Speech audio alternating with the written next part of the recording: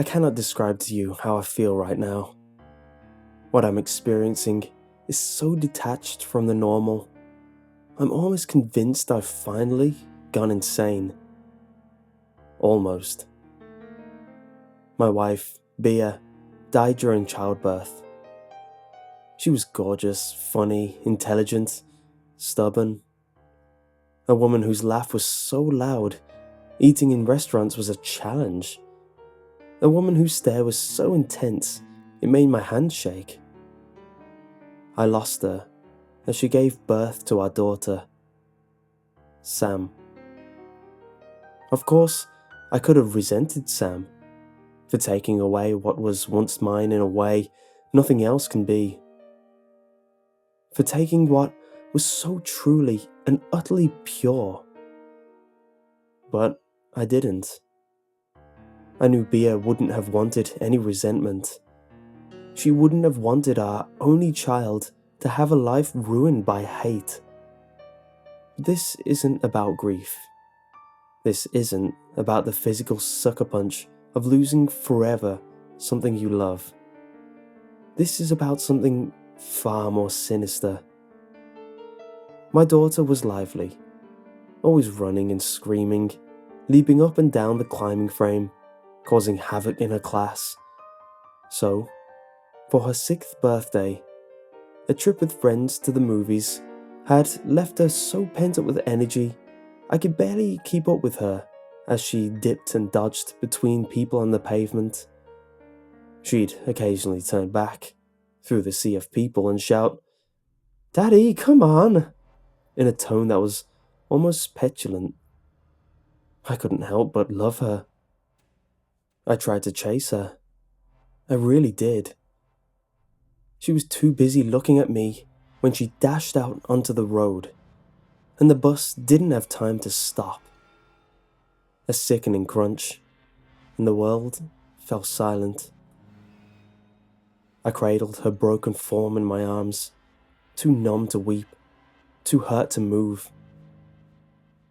All I could feel was the warm, crimson liquid gently seep into my clothes.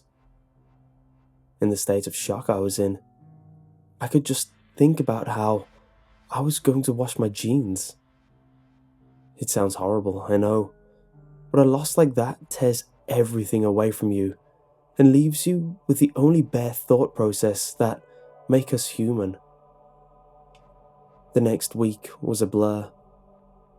I cannot place a single memory to a time in between friends and family extending their condolences and the howling sobs of mine that would break out at any moment. I attended her funeral, dressed in all black. By dressed, I don't mean merely clothes. My very essence was dark.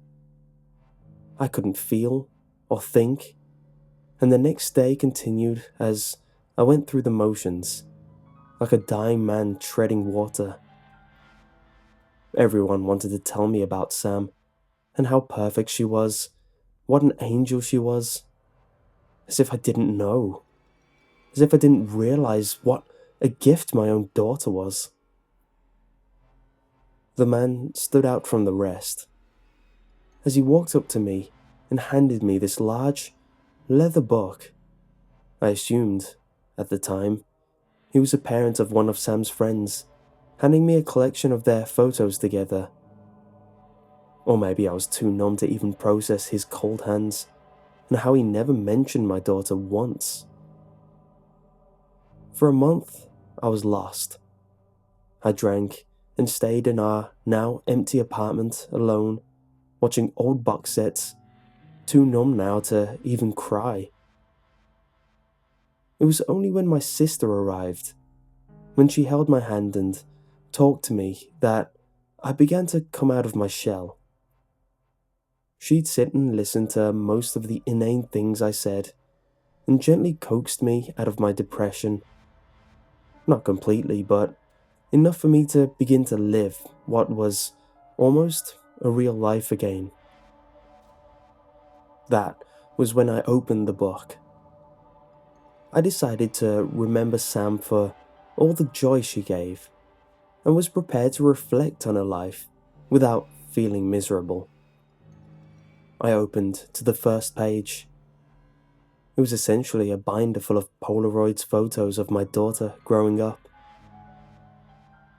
I furrowed my brow. They were taken from a distance, blurred slightly, and I was in a few of them. I began to feel sick, but hoped that the following photos would provide some explanation. I came up with every excuse of how the man obtained these photos, desperate to view the moments of my daughter's life without a sense of trepidation. The photos grew closer and closer to my daughter's birthday. I could see the day I gave her a tiny bike after she turned 5, and the skinned knees that ensued. The book had so many more pages that I assumed the rest were empty. But there was a photo of her just before the movies on her 6th birthday. I could recognize the pink raincoat she insisted on wearing, and my hands on her shoulder. There was no photo of the crash. Instead, her life continued inside this book. Her 7th birthday had a photo of me and her in the garden, covered in paint, with a huge canvas on the floor and an extremely messy painting.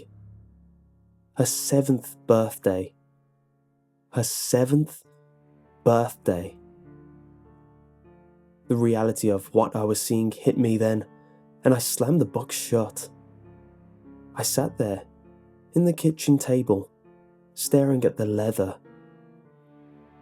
This must be some sadistic Photoshop, I hoped. Someone had taken the time to pull a horrid prank on me. I say I hoped, because essentially, I couldn't believe the other explanation, if there even was one. I gritted my teeth. I decided I had nothing to lose, and kept reading. I can't explain the emotions I felt whilst I read accurately, listening to the sound of the page turning. I can try, but nothing could prepare you for something like this. Her life continued, showing her lose her baby teeth the first day of senior school.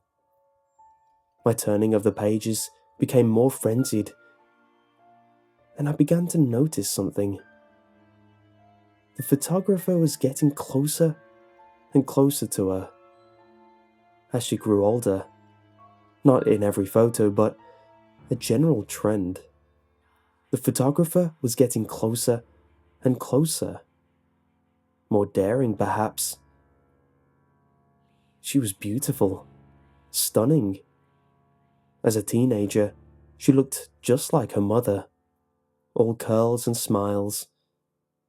I grew older too, but the photos began to include me less and less. Her 16th birthday was strange. A group of her friends sitting outside, drinking from little plastic cups at a picnic. But there was someone in the background, near the bushes of the park where this was taken. A dark figure stood. You wouldn't have noticed him, if not for the small shadow he cast on the grass. I leant back for a moment and exhaled. This was too weird. I'd been so caught up in my watching my little girl grow up, I hadn't thought about how this would end. Moments like this are so utterly surreal that sometimes you remove yourself from them. I almost felt like I was watching myself read these, like this was a dream or a program on the television. I continued. The dark figure became more and more present in each photograph. I could almost make out features. His presence was towering, and as I turned the page, I expected to see him disappear. But instead, as the photographs grew closer to her 18th, each birthday was marked by a caption underneath the Polaroid saying, "Another year." She was no longer somewhere I recognized. Instead, the photos of her were in a dimly lit house, her face contorted by fear, striking all sorts of weird poses. Sometimes she would be dressed like an ancient queen, or she would be dressed like a maid, scrubbing the floors. The figure was there, even closer now. His legs or his arms would appear in each and every one. No matter how she was dressed, in every photo, her face had this desperately pained expression. It killed me. There were bruises on her face. She looked thin, ill even. I couldn't do it. This was sick. Properly sick. My girl. I soldiered on. The last photo I looked at before I slammed the book shut and swore to never, ever look at it again was of her 18th. The caption underneath read, "At last," in sloppy writing. She was looking straight at the camera, crying. She was on her knees, dressed in a black evening dress, with an apple in her mouth and her hands bound behind her back. Her makeup was ruined by her tears. It was as if she was pleading me, begging me to help. But I couldn't. I closed the book and left the room, my whole body convulsing with sobs. I couldn't call the police, of course. She was dead. The thing that kept me up at night isn't the content of what I saw. It's that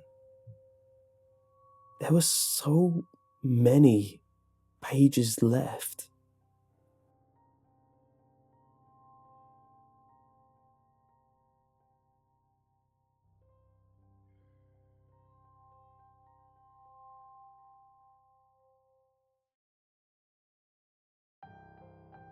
My name is Greg.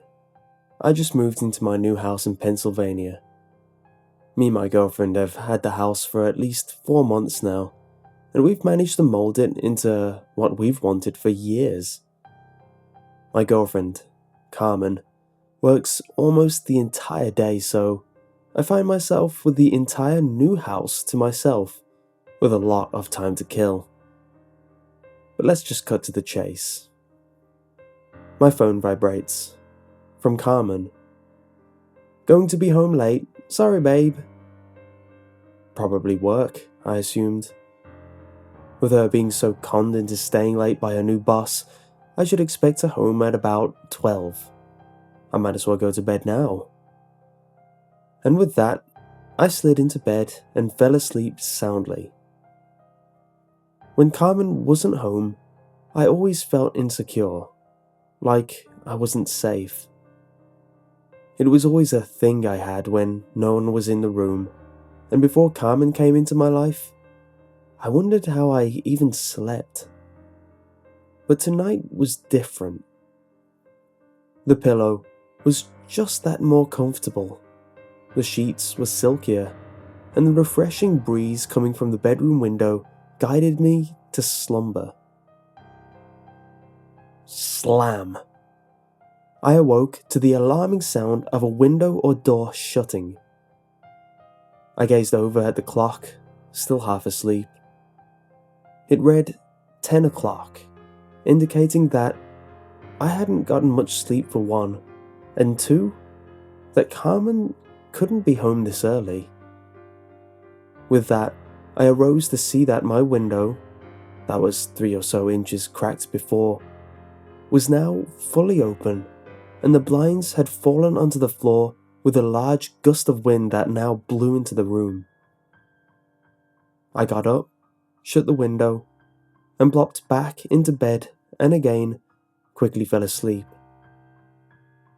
This time, I had dreamt that I was in the house. It was before we had bought it. It was bare and empty with no furniture or decorations. Me and Carmen went to check out all the rooms. The first room we looked at was the bedroom. The bedroom was bare like it would be in any newly bought house.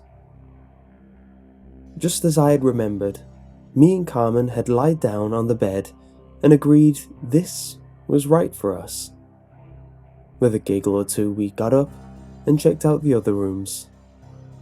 We looked at the bathrooms, bedrooms, and everything else. And as soon as the tour was finished, we walked down the stairs and were escorted towards the door to leave. But just as we were departing, I said, "Oh wait, I was wondering if I could see the kitchen."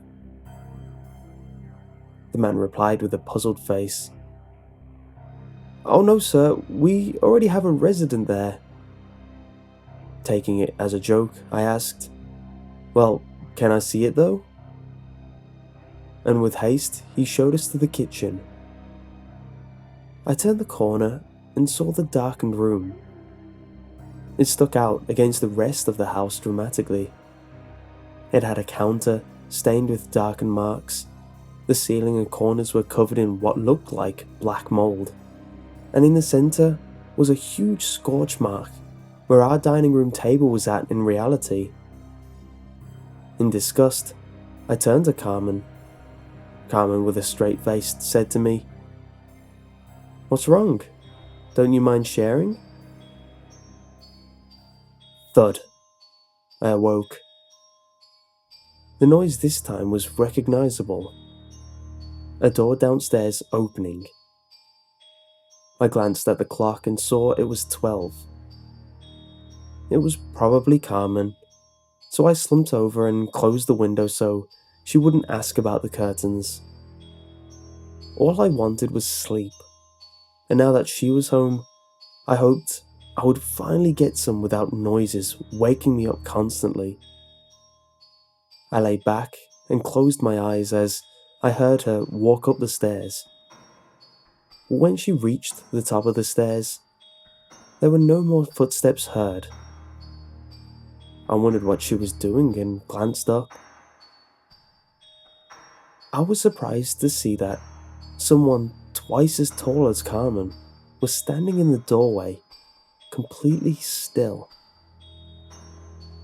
For a minute, I just stared, thinking of possibilities of why this person was in my doorway, and why it was not in fact Carmen who walked up the stairs.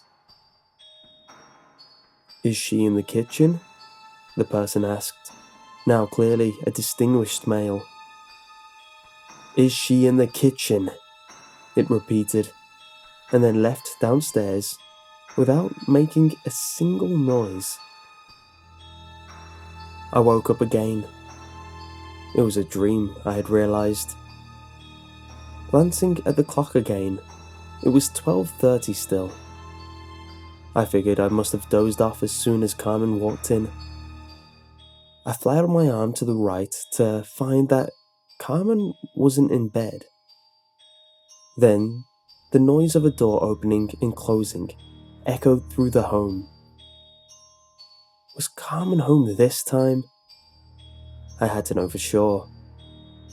I got up with caution and walked downstairs. The entire living room was pitch black, and I couldn't see a thing.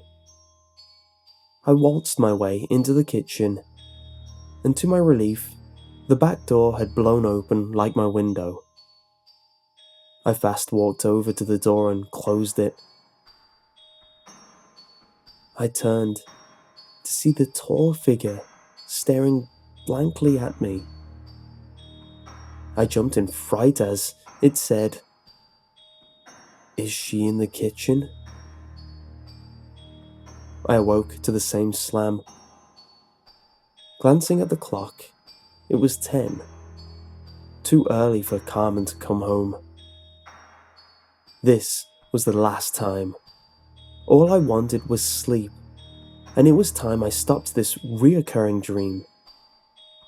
This time, I walked downstairs and to the fireplace. Even if we haven't used the fireplace since we've moved in, the fireplace poker was still about to get its use. I picked it up and got a good grasp on the wooden handle. Then, I walked towards the kitchen. I was prepared this time. Prepared for it. I turned the corner to see the figure in front of me. I swung and hit it directly in the head. Ready for a fight, I flipped the light switch to see my Carmen lying on the floor in a pool of crimson blood. I fell to my knees in agony as tears dripped down my face and onto a corpse. If only I knew.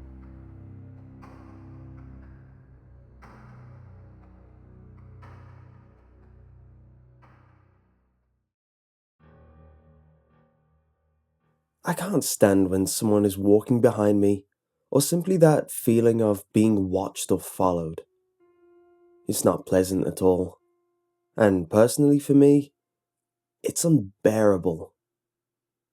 Let me begin by saying that the reason I practically hate it is due to the fact that how I felt during most of my childhood. All of the events that I will tell you actually happened, so you probably will understand that, for protection purposes, yourself, my family, and mine, I will avoid providing any names or locations.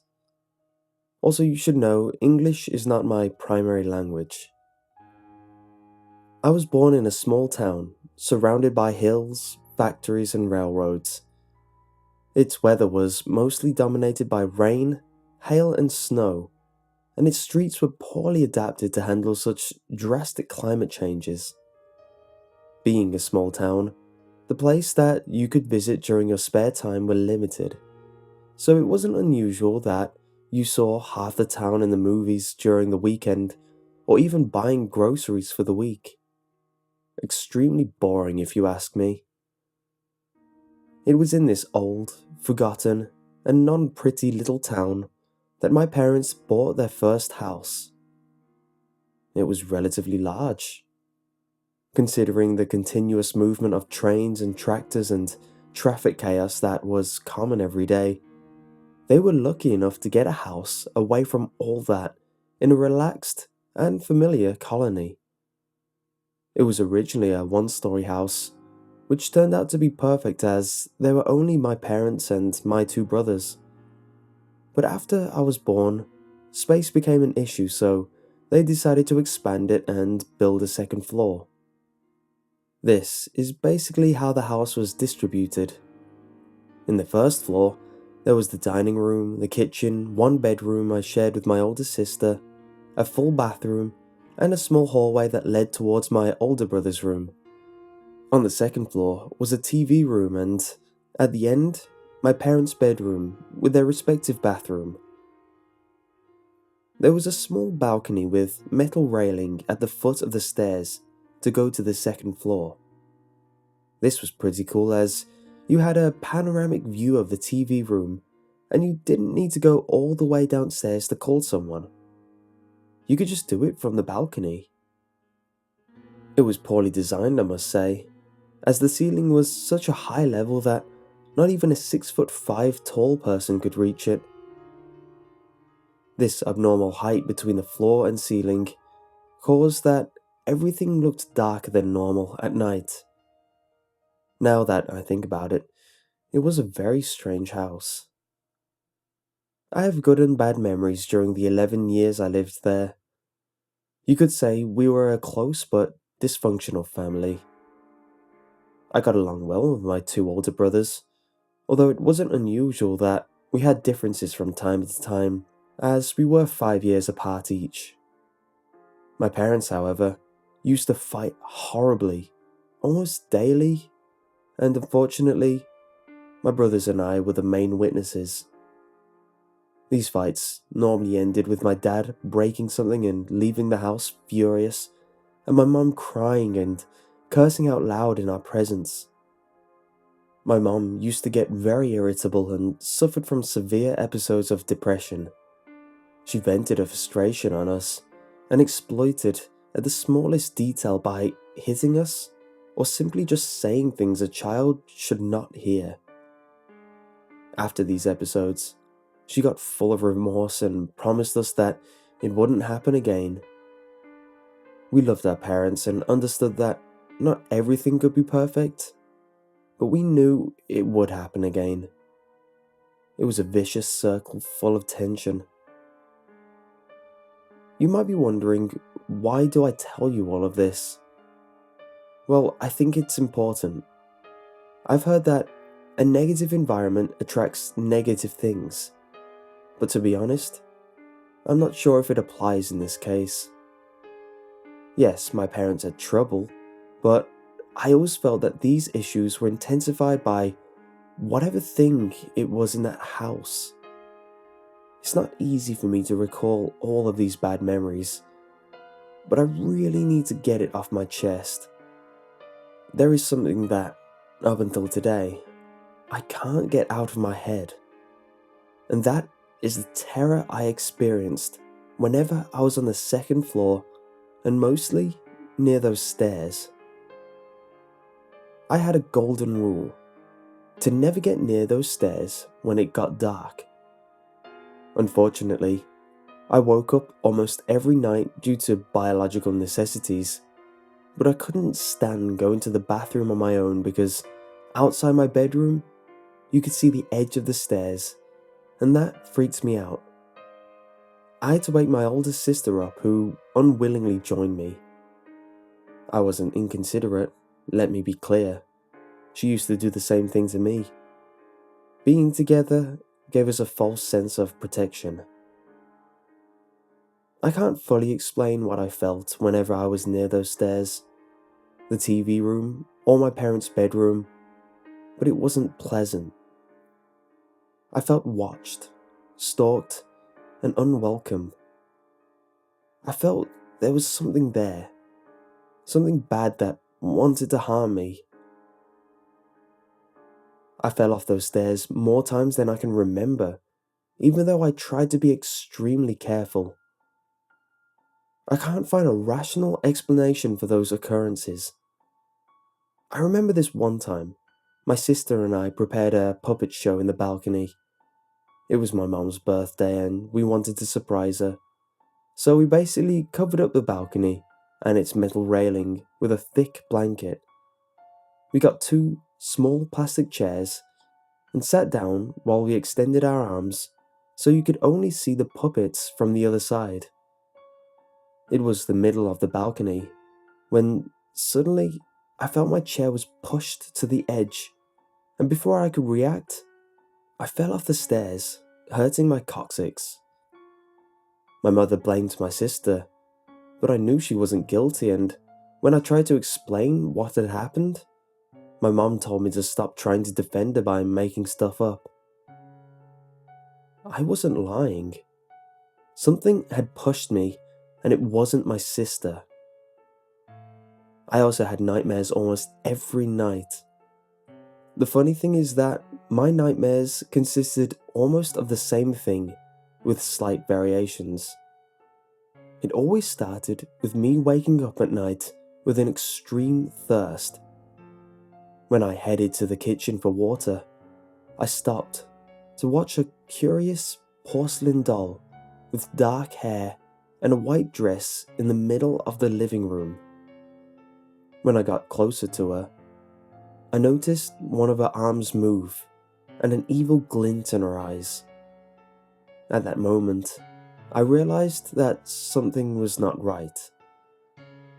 Something was inside that doll, and whatever it was, it wanted me. Terror filled me over.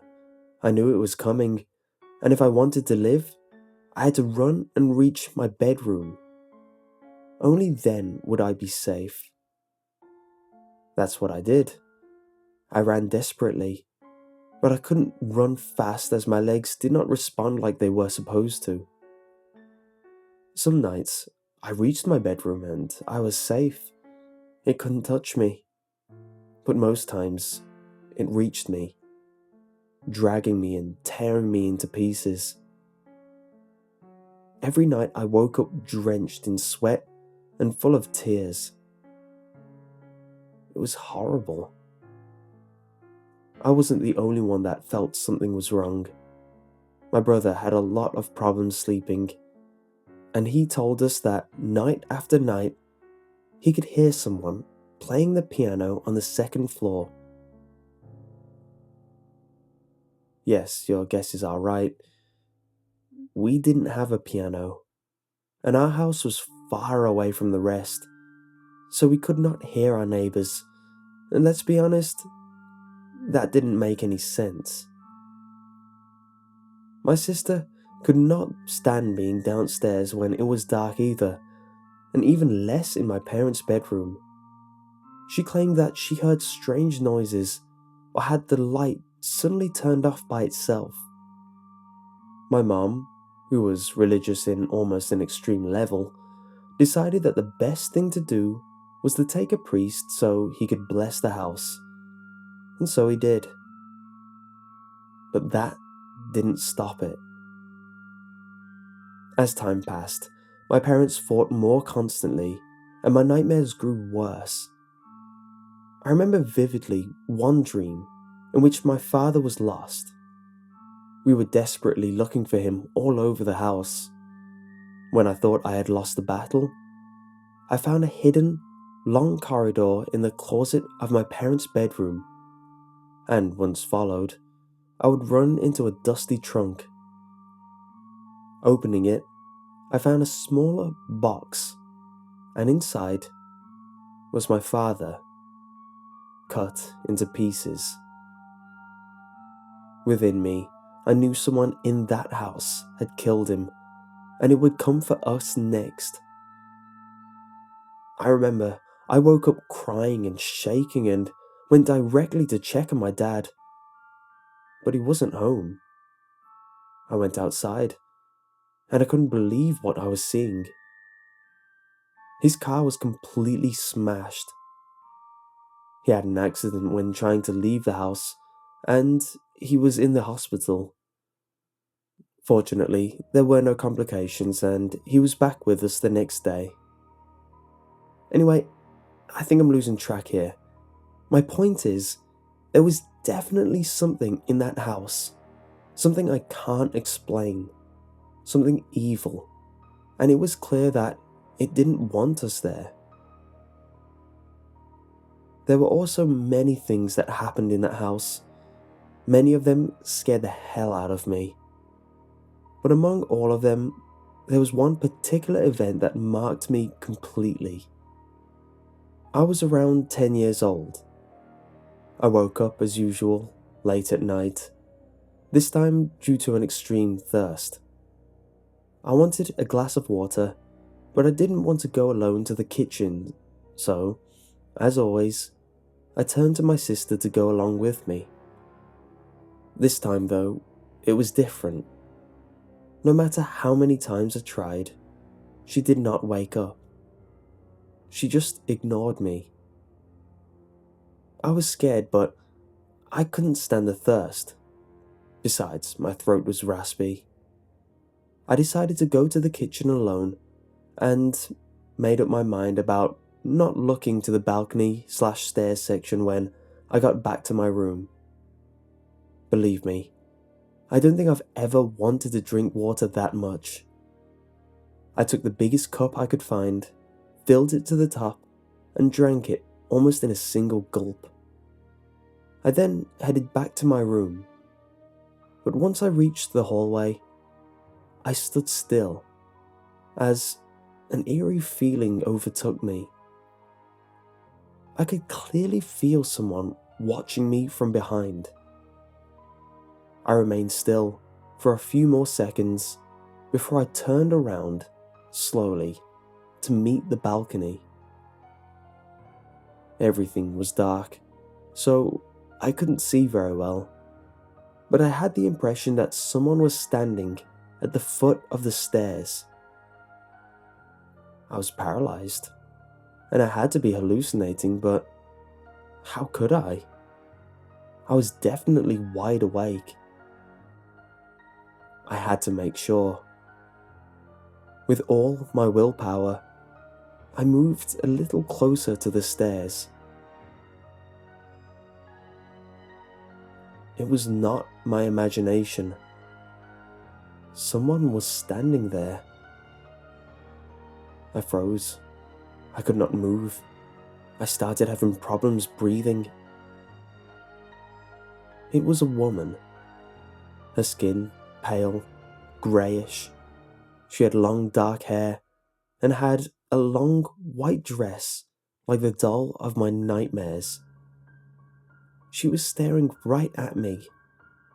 Her eyes were white in their entirety. She was sort of grinning. I could not believe, or did not want to believe, what I was seeing. That moment, for me, seemed eternal. Before I could find out what to do, she contorted in a fast and horrible way. Her right arm went disjointed, and I heard her bones creak. As soon as this happened, I ran as fast as I could back to my bedroom. I slammed the door and took my hand to my chest as I felt like my heart was about to explode. I started crying, hysterically, made sure the door was closed, and got into bed. I couldn't sleep. I spent the rest of the night looking at the door, fearing it would burst open, and thinking she was coming for me. But nothing happened. I couldn't tell my mum. I knew what she would say, that I was making it up. I couldn't tell my sister. I didn't want to scare her. I didn't tell anyone and kept it all to myself. I did not understand. I tried to deny myself that ever happened. Months later, one of my cousins came for vacation. He spent the night on the couch down in the TV room. The next day, when we all woke up, we found him in the kitchen, wondering. His face was pale. He had dark circles under his eyes. It was obvious he did not sleep at all. When we asked him what had happened, I felt like I was going to pass out.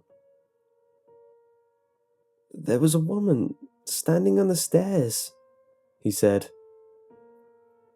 He described the same woman I saw months before in full detail. I knew then that I wasn't losing my mind. We moved from that house a year later. Unfortunately, my brother did not. He spent 6 more years living alone in that house while he finished his university and settled down with his girlfriend. He lived there until he couldn't stand it anymore. He moved with us after that and told me he was afraid of it. The house is currently abandoned, and I haven't been there in 14 years. And believe me, I don't intend on going back. Up until today, I still ask myself, who was that woman and what did she want? Why was she tormenting us? I don't think I'll ever have an answer, and I don't really want to.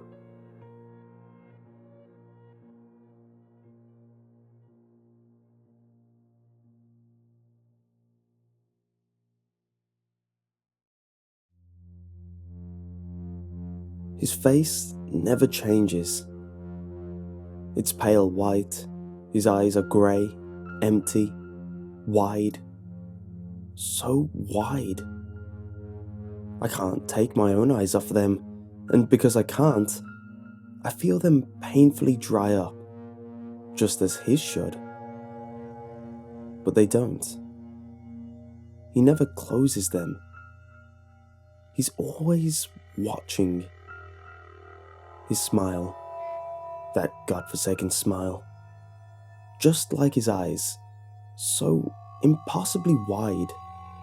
His teeth aren't touching. It's an open smile. I can see the black pits where his throat begins, always waiting for something sinister to crawl out. His teeth clamp down just as I think I can see something moving behind them. They're sharp. But why are they spotted with the red? He's always there. His aberrant long fingers leave my window steamed up in their shape. He'll stroke the glass a few times, but that's only before he'll start impatiently tapping with each of his 5 individual yellow pungent nails. Consecutive taps, starting from pinky to thumb. He's waiting for me to look away. But I can't. What will he do if I look away? I can't sleep. I might not make it until morning if I fall asleep now. Just keep waiting. He won't do anything if I keep watching.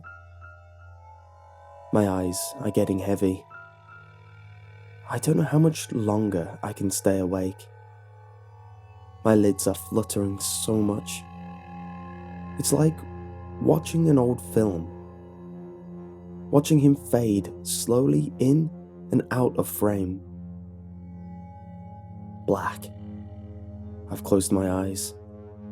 I realized a mere 2 seconds ago, but it seems it's too late. I'm staring at an empty window now. I could see where he huffed his warm breath against the thin, transparent panel, but it didn't last in the cold. The formed condensation slowly disappears, and as does my previous, minuscule sense of security. Even if I'd been tired, I'm awake now, trembling. My body feels like it's both being set aflame and buried with ice. I feel so numb that I can't move. My wide eyes form tears and I start to cry. I can't stop, though I'm as silent as I can manage. My teeth grit to hold in my pathetic whimpers, the strain proving too much for my head. It's throbbing with pain. I want to cry out, but I can't. I keep my eyes open, staring forward from the wooden wall I was backed up into, glaring to the window. Being able to see him there had been some source of comfort. But now he's gone. Where is he? I'm scared. I sit, tugging my knees closer to my pounding chest. I bring up my nerve-rattling hands to bury my eyes into them, rubbing them dry. For a second, I can't see. I feel something brush against my shoulder, leaving my heart to sink and my cries to drown silence. I'm hesitant, but I remove my hands from my eyes until I stare into my lap. It's so quiet that I can hear my own shuddering breath, as if it were the loudest thing I'd ever been able to hear. I eventually turn my head to look to the floor at my side. Nothing. Click. Just when I thought I'd been feeling my worst, I let out another baffling whimper, having a hand swipe away a single tear that sprinted along my flustered cheek. My eyes move across the floor and towards the door leading to the passageway. It's cracked open. I wait for it to be pushed open further, the anticipation making me nauseous. There. Pale, but dirty and familiar aberrant fingers protrude from the side of the slightly opened entryway. They tap onto the wood just above the golden turning handle, consecutively from pinky to thumb. I watch his fingers with eyes that grow dim. Although I'm scared, I've accepted my fate. I can't be saved. I muster a sarcastic, short laugh at my misfortune, softly banging the back of my head into the wall I leaned back against. I give up, I whisper. I close my eyes.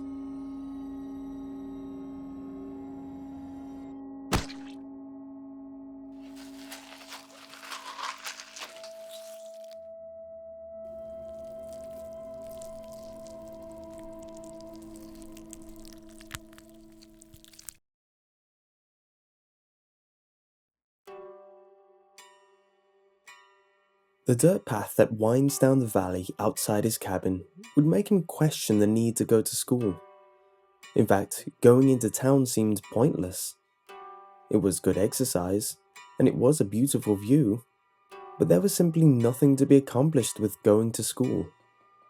Still, his father made him carry out the deed, along with many other chores, such as prepping the wood and lamp oil, melting the ink, and tending to the garden.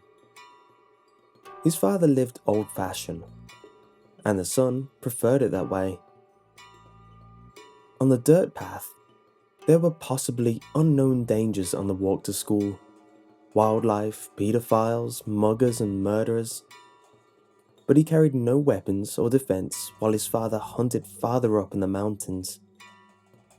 It never really had worried him, but he always had an escape route on any part of the trail, and he always had his eyes out. But even with his knowledge and planning, nothing could have prepared him for what was out there, what he saw, and what happened. It all started several months ago, when he was walking home, and, on this particular day, he felt suspicious. So, he stayed sharp. While he was walking, he saw things. They were mostly hidden by the trees, but he could make out that they were humanoid. They were twisted into wrong shapes and angles. They were white, but they looked stained with grey ash. As he walked past, they would seemingly watch him, but they didn't have any eyes. When far enough ahead, they would soon follow. He got home safely, but his anxiety was intense, and he felt lightheaded. When he looked out of the window, he caught a glimpse of them, fading back into the foliage. His dad would refuse to believe him, despite his worry over the monsters. He didn't like the word, but somehow it was appropriate here. As the days went by, he stopped going outside. He didn't tend to the herbs and potatoes. He only left the cabin to go to and from school. He got better looks at them as they followed his routine. They were tall and twisted, as though the skin didn't fit right. One was crossing the street in front of him, a little ways up the path. They have really small feet and claws. They had hands that were different every time he saw them. Sometimes infant hands, spikes, long and thin hands, bloody. He stopped sleeping at night. He ate less. He was getting skinny and sick, and his eyes grew lifeless and haunted. He was losing his perception of reality. He was not scared, angry, or sad. He was not feeling. He had long forgotten who he used to be. He is now just an empty skin sack that walks and hardly talks. He felt he was being watched at all times. That is, until yesterday. He was tripping uphill on his path home, stopping frequently to throw up. He never did, he just had the feeling he had to. When he heard the dirt compress about 20 spaces behind him, just for the fun of it, he shuffled his feet and turned around.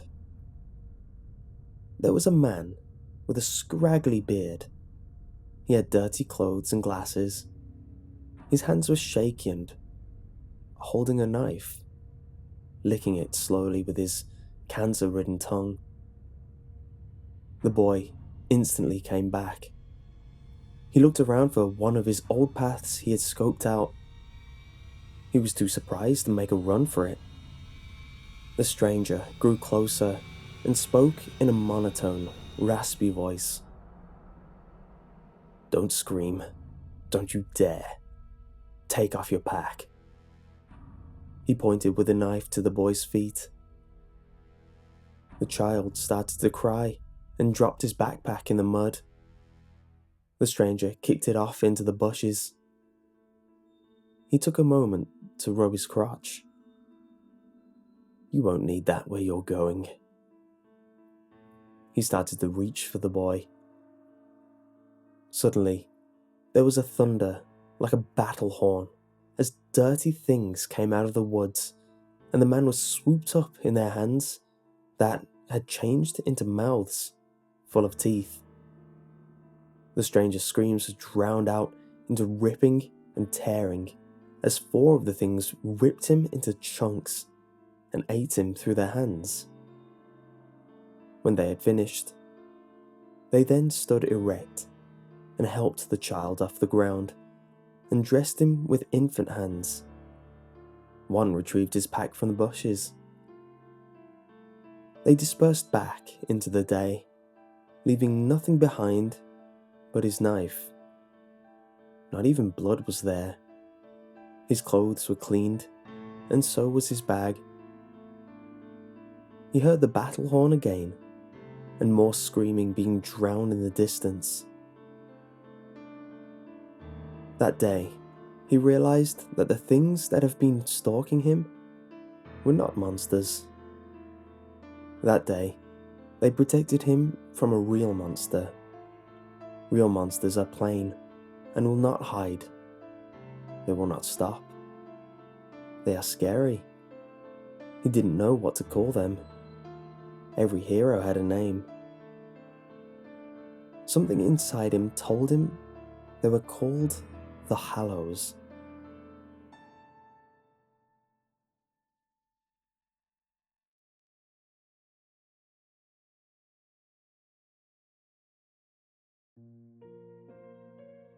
I was so excited. I hadn't ever really gone camping before, so the fact that one of my friends asked me to go with him was amazing in of itself. He made plans for 5 other guys to join us as well.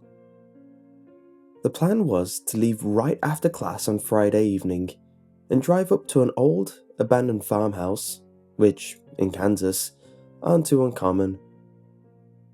This one was special though, or so I was told by Riley, my friend that had invited me. He said not only was the house quite large and well held together after many years of vacancy, but very few people knew about it, so we were almost certain to be unbothered for the weekend. We would stay all Saturday and come back Sunday morning.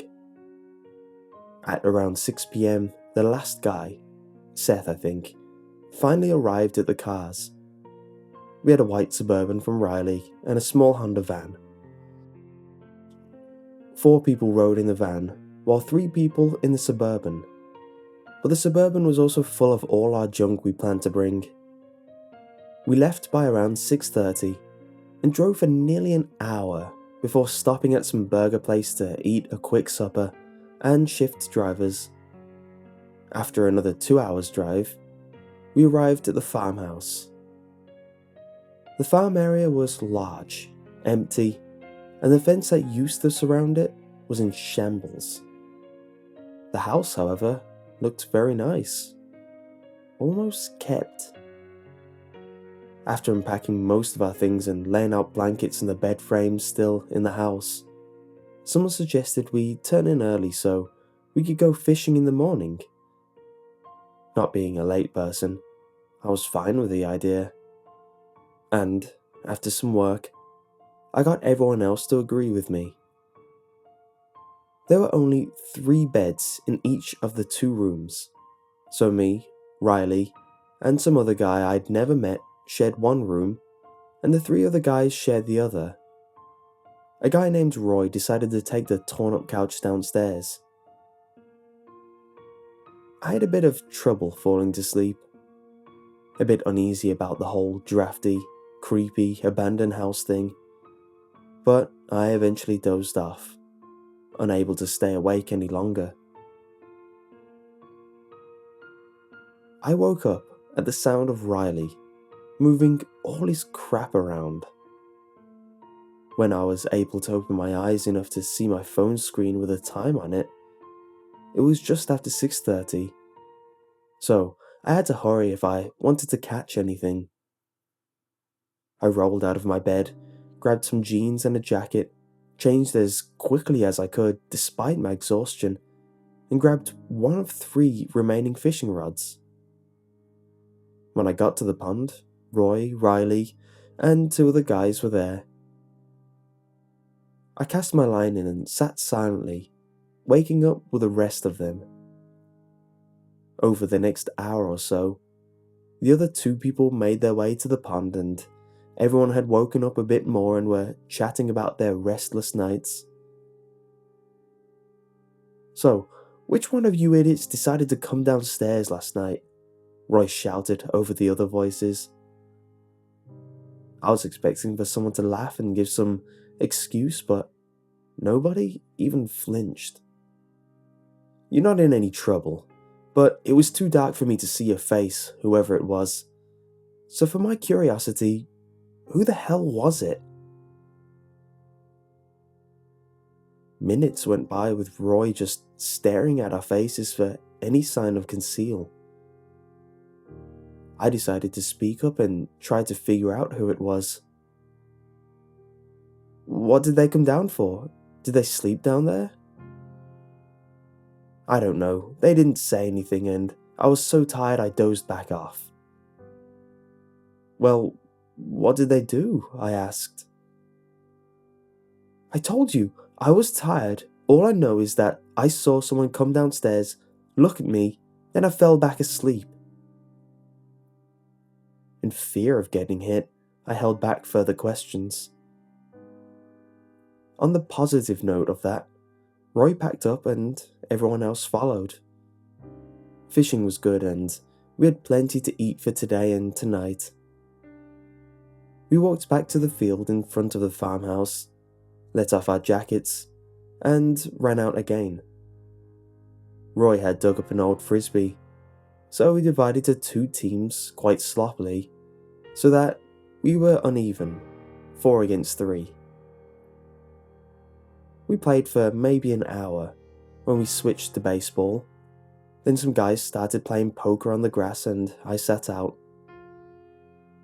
Some dude I'd never met, Joel was his name, I think, came out and sat next to me on the porch steps. "Why didn't anyone wake me up?" he asked, clearly irritated. "I woke up almost late and still beat 2 people to the fishing, plus you made it anyway," I responded. "I just woke up half an hour ago," his irritated tone now turning to confusion.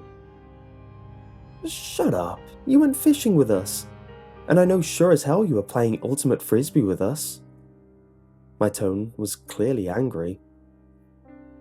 "I'm telling you, I just woke up. I didn't even know you played frisbee." "Well, there were 7 people fishing and the teams were 4 on..." I stopped dead in my own words. "Did you ever go downstairs earlier last night?" I quickly asked. "No, I was out as soon as I hit the bed. I've been up late the last..." I stood up and started walking away in the middle of his sentence. I counted the people around the yard. 1, 2, 3, 4, 5, 6. Myself is 7. Out of the corner of my eye, I saw a faint shadow near the tree line, but when I turned, the figure had walked off. Wasting no time, I jogged to Roy. "I need to talk to you," I said, trying not to alarm the rest with my news. "Okay, speak." Again, wanting to waste no time, I spat out, "I think there's someone else on this farm." He turned to look me dead in the eyes, shot up from his seat on the grass, and dragged me to the Honda van. "And what are you basing this on?" he questioned. "Think about it. Someone came downstairs last night, and everyone says it isn't them. So, they could be lying for some reason. I just talked to Joey. He just woke up." "You idiot. There were 7 people fishing." He stopped abruptly, and after a long silence, he continued, "There was a face I didn't recognize in that group." He scoffed, while staring at nothing. Without a second hesitation, he climbed into the back of the Honda and emerged again seconds later, with a pistol in his hand. "What the hell? Why do you have that?" "I was afraid this would happen. They're probably thieves, so we need to be careful. Let everyone know what you told me and keep a sharp eye out. They could be dangerous." I walked back and made the announcement and counted heads again. We had 7 people right now. Good. 7 people. With the sun setting and cold setting in, Roy and a friend of his built a fire in a stone pit that was already built. After cooking some fish, and everyone munching silently, Roy grabbed me and led me to the van again. He handed me a 6-pack of beer and carried another in his hands. I've never drank much, so after a few sips, I was done. With the remaining people, they were at various levels of drunkenness. When Joel suggested capture the flag, I headed off to the Suburban to grab the flashlights, and when I got back, everyone had lined up. Handing off one flashlight to each person, I ran out before the last person. I ran back to the cars and searched for the last one. I know I brought 7. After being unable to find it, and concluding that I had lost it, I walked back to the group. Now, I noticed everyone had a flashlight. Confused, I looked at the guy that was without one when I left, and asked him where he got it. Some dude handed it to me," he drunkenly responded. "Who? Where did they go?" I had a sense of real urgency in my voice. "He handed it to me and then ran into the forest." His eyes lit up when he realized what he had said. I told him to keep quiet and stay calm, but before I knew it, we were playing the game and not even searching for the extra person anyway. It wasn't but a few hours before people began picking off one by one to go to bed, and I was next to last in turn. I didn't even change clothes. I just walked into the room and flopped down on my bed, and before I knew it, I was dead asleep. I have no idea what time it was when I woke up to some drop hitting my face. Gazing to the ceiling, I noticed a fine leak, and of course, it was pouring rain outside. I turned to cover up the side of my head, but when I did, I noticed the bedroom door open. There was someone standing there in the doorframe, as if they were walking in and shutting the door behind them, but froze mid-motion. "Who's there?" I shouted it loudly enough to make sure my roommates heard. It maybe lingered for 2 seconds before it bolted. I heard thumping on the stairs, and then the front door swinging open. I flew out after it into the pouring rain, only to find that I had been far outrun. I headed back in, shivering, not only because of the cold, and bolted the front door shut. Everyone stared at me. "Whatever it is, it's out. So as long as all the doors and windows are shut and locked, we're safe," I said, trying to reassure everyone. I seemed to be the only one capable of speaking. After a few long minutes of thought, me and Roy looked at each other. "The back door," we said in unison. We ran to the kitchen, but only in time to hear it slam shut. We didn't know where it was. It was only a few short seconds of staring when a scream came from the second bedroom upstairs. I was the first one up and froze at the doorway. It was leaning over Joel. It turned, saw me, and lunged out of the window. Roy darted past me and to Joel, laying lifeless on the bed, blood dripping from his throat. I ran to Seth, who was completely curled up in a corner, still screaming. I finally got him to shut up in time to hear Roy. "We have to leave now." No one wasted any time at that, and everyone ran to the vehicles, scattered and frantic.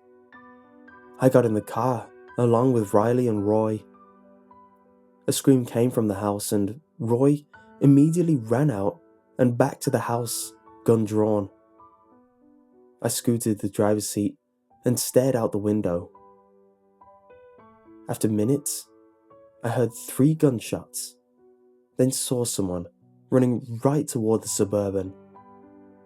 I took out my flashlight and shined it to see Roy's pale face and empty hands. I shined the light to reveal the silhouette chasing him with a gun in one hand. I shined my light right on it, but saw no face, no features. It was still a shadow. When it saw the light, it turned to me and began running at me. I slammed my foot, and the car ground to speed. After 10 minutes of driving in the dark, rainy fog, me and Riley, now the only ones in the Suburban, we stopped at the freeway. Riley wanted to keep going, but I was driving and elected to wait for 5 minutes for them to come up. Minutes went by, and I grew more anxious, and almost left, just before I saw a pair of headlights in the distance from my mirrors. It was definitely the van, and it was speeding right to us. It kept speeding. It didn't stop. There was a sudden slam, and in my recovery, me and Riley heard the radio kick in. "You better drive." The voice was muffled, distorted. Riley and I screamed together as I stood on the gas. As we drove, the thing was constantly driving behind us, riding our bumper, waiting for us to stop. A thought which didn't cross my mind until the low gas indicator started going off. Listen, Riley, here's the plan. He turned anxiously for ideas. In a few seconds, I'm going to slam the brake. Hold on, but quickly get out of the car, run into the woods. Once we get a safe distance, we will loop around and get in the van. Then, we drive off. Make sense? He nodded quickly and, without a second thought, I pounded my foot on the brakes. We heard skidding behind us and took no time to be away into the thick forest. After several minutes, we decided it was about time to go back. So we circled around and ran back toward the freeway. When we arrived, both vehicles had doors all open and no signs of the creature that had been chasing us. We got in the van, shut the doors, and began driving, fast, away from that horrible place. An hour into our drive, a new alarm started beeping. I looked at the dash, stopped the car, and froze. Riley was jerked awake and stared at me. What? I turned to him, slowly. The trunk is opening.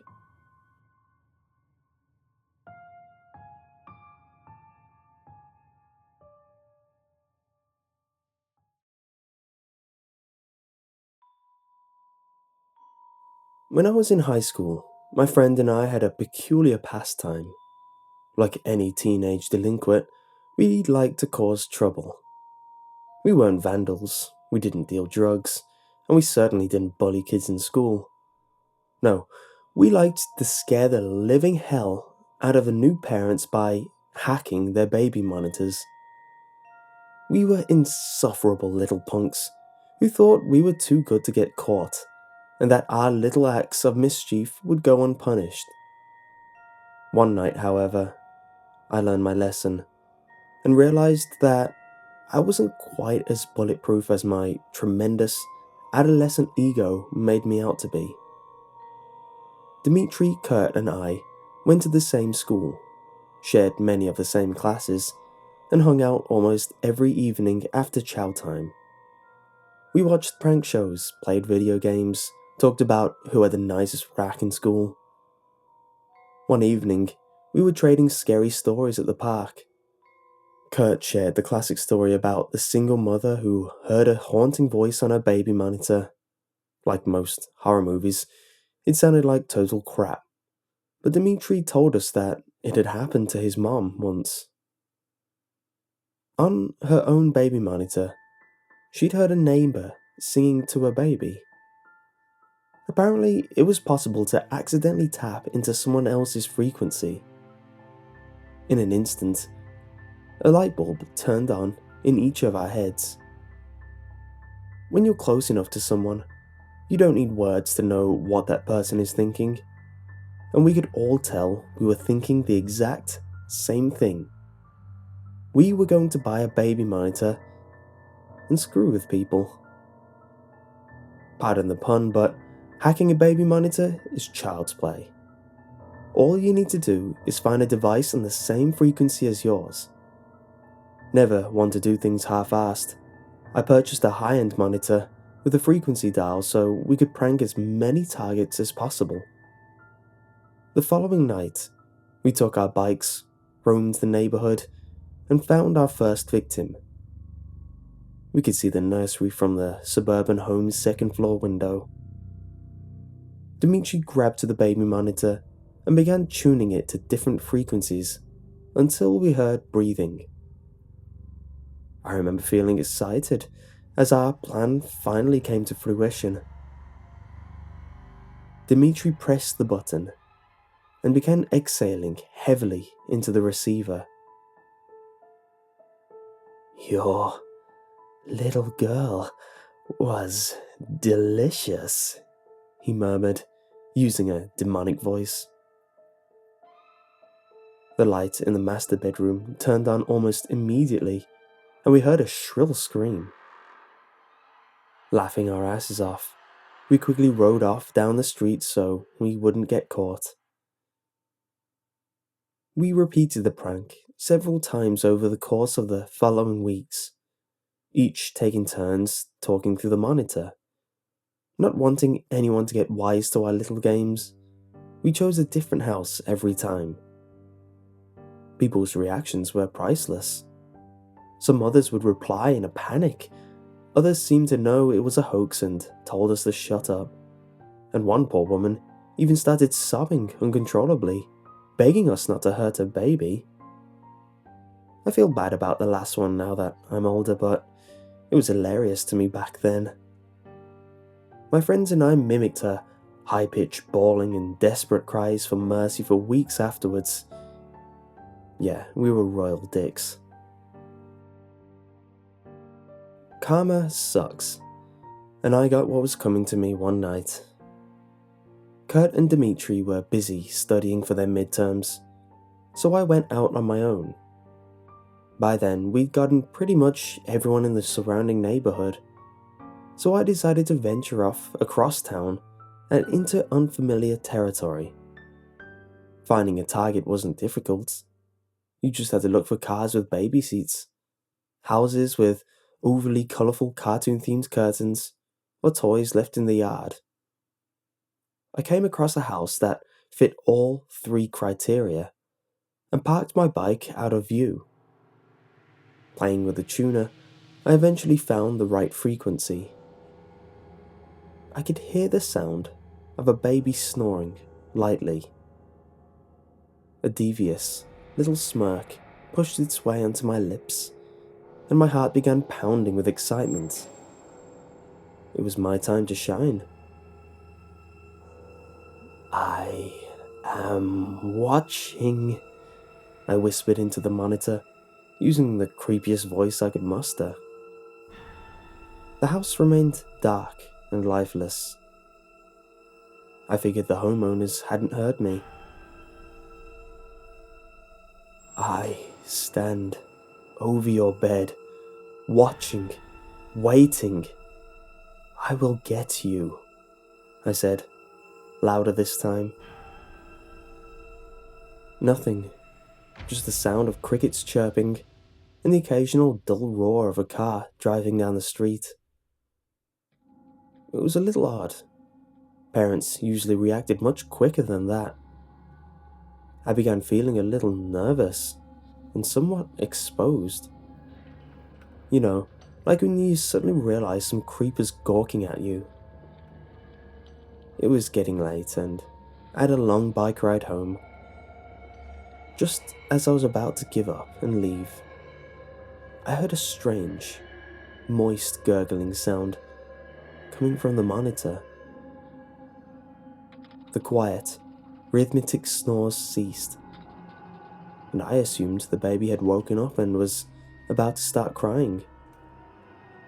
Instead, a man spoke to me. "You're the one being watched now, Juan," he said softly. My stomach pirouetted at his words. How did he know my name? I felt sick. Something was very wrong, and I could feel it in my bones. I glanced up at the nursery window and saw a silhouette standing there, watching me. Had he been there the whole time? The air was thick and difficult to inhale, though perhaps fear was making it hard to breathe. My body quivered uncontrollably as a sense of dread poured into every inch of me. I climbed on my bike, pedaling desperately to get away. Part of me thought I was overreacting, but the overwhelming need to flee overpowered my rational mind. "You can't run. I know where you live, Juan," continued the man as I turned the corner. I flew down the street, not stopping until I reached a busy boulevard. Surrounded by cars and a few late-night joggers, I felt safe.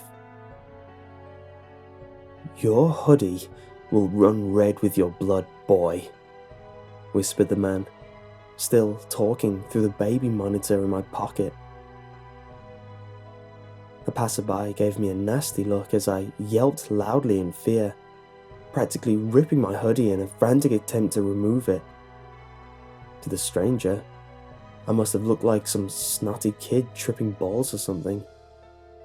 He didn't know I was in genuine distress, so I don't blame him for walking off with an insulted huff, though I wish he had offered to help me instead.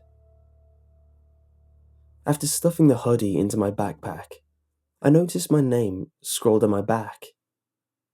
It was my school jacket. No wonder that asshole knew my name. It then occurred to me that baby monitors were fairly short-ranged, so I was obviously being followed. I nervously glanced around to try and identify my stalker. Was it the empty-looking van down the street? That guy walking his dog? The car that had just driven past? Either way, the last thing I wanted was to hear that voice again. So I turned off the device and started pedaling towards my home. Fear had heightened my senses, and I began to notice every motion of the trees in the breeze, every crackle of twigs under my wheels, and every car that zipped past me. I flinched whenever anyone came near, paranoid that whoever had spoken to me through the baby monitor was going to catch up. Fortunately, I made home without incident. I parked the bike in my garage and crawled up the stairs to my bedroom. In one careless motion, I tossed my backpack and the baby monitor in the corner of my room. I dove under my sheets like an Olympic swimmer. It doesn't matter how old you are, nothing feels safer than being under your blanket. I closed my eyes, hoping I'd be able to calm down enough to catch a few hours of rest before class. But then I heard static coming from the monitor across the room. The monitor that was supposed to be off. "Sweet dreams, Juan," said the voice that still haunts my nightmares. I didn't sleep a wink that night. I was too frightened to get out of bed until sunrise. When I got up, my first order of business was to remove the battery from the monitor and throw it in the trash. I didn't want anything to do with it anymore. I came up with an excuse to give my buddies so they wouldn't think I was a huge pussy.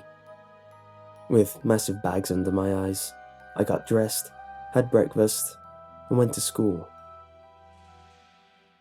It wasn't until a few days later that I saw the house on the news. In an interview, a police officer explained that the small family who had been living in the house had been found in their beds. I had been outside when it happened. The killer had heard me on the baby monitor and decided to mess with me. It was definitely a wake-up call, and I thanked my lucky stars that I hadn't gotten killed. I was too busy feeling thankful that I survived to feel bad about the family that hadn't. Empathy, like wisdom, comes with age. Now that I'm an adult with a wife and daughter, I truly understand the consequences of my actions and the severity of the situation I put myself in as a tremendously stupid teenage boy. That dreadful night, I thought I reached the epitome of fear, but it was just the tip of the iceberg. As a father, I now know that fear thrives and multiplies when there's something more precious than your own life at stake. I can't say for sure whether the killer found me again after all these years, or whether a new breed of idiots had the same idea as my friends and I. But I can tell you that I now understand what true terror is.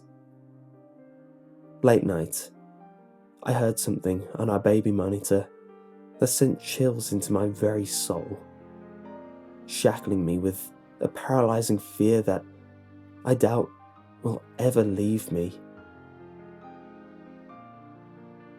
I'm still watching.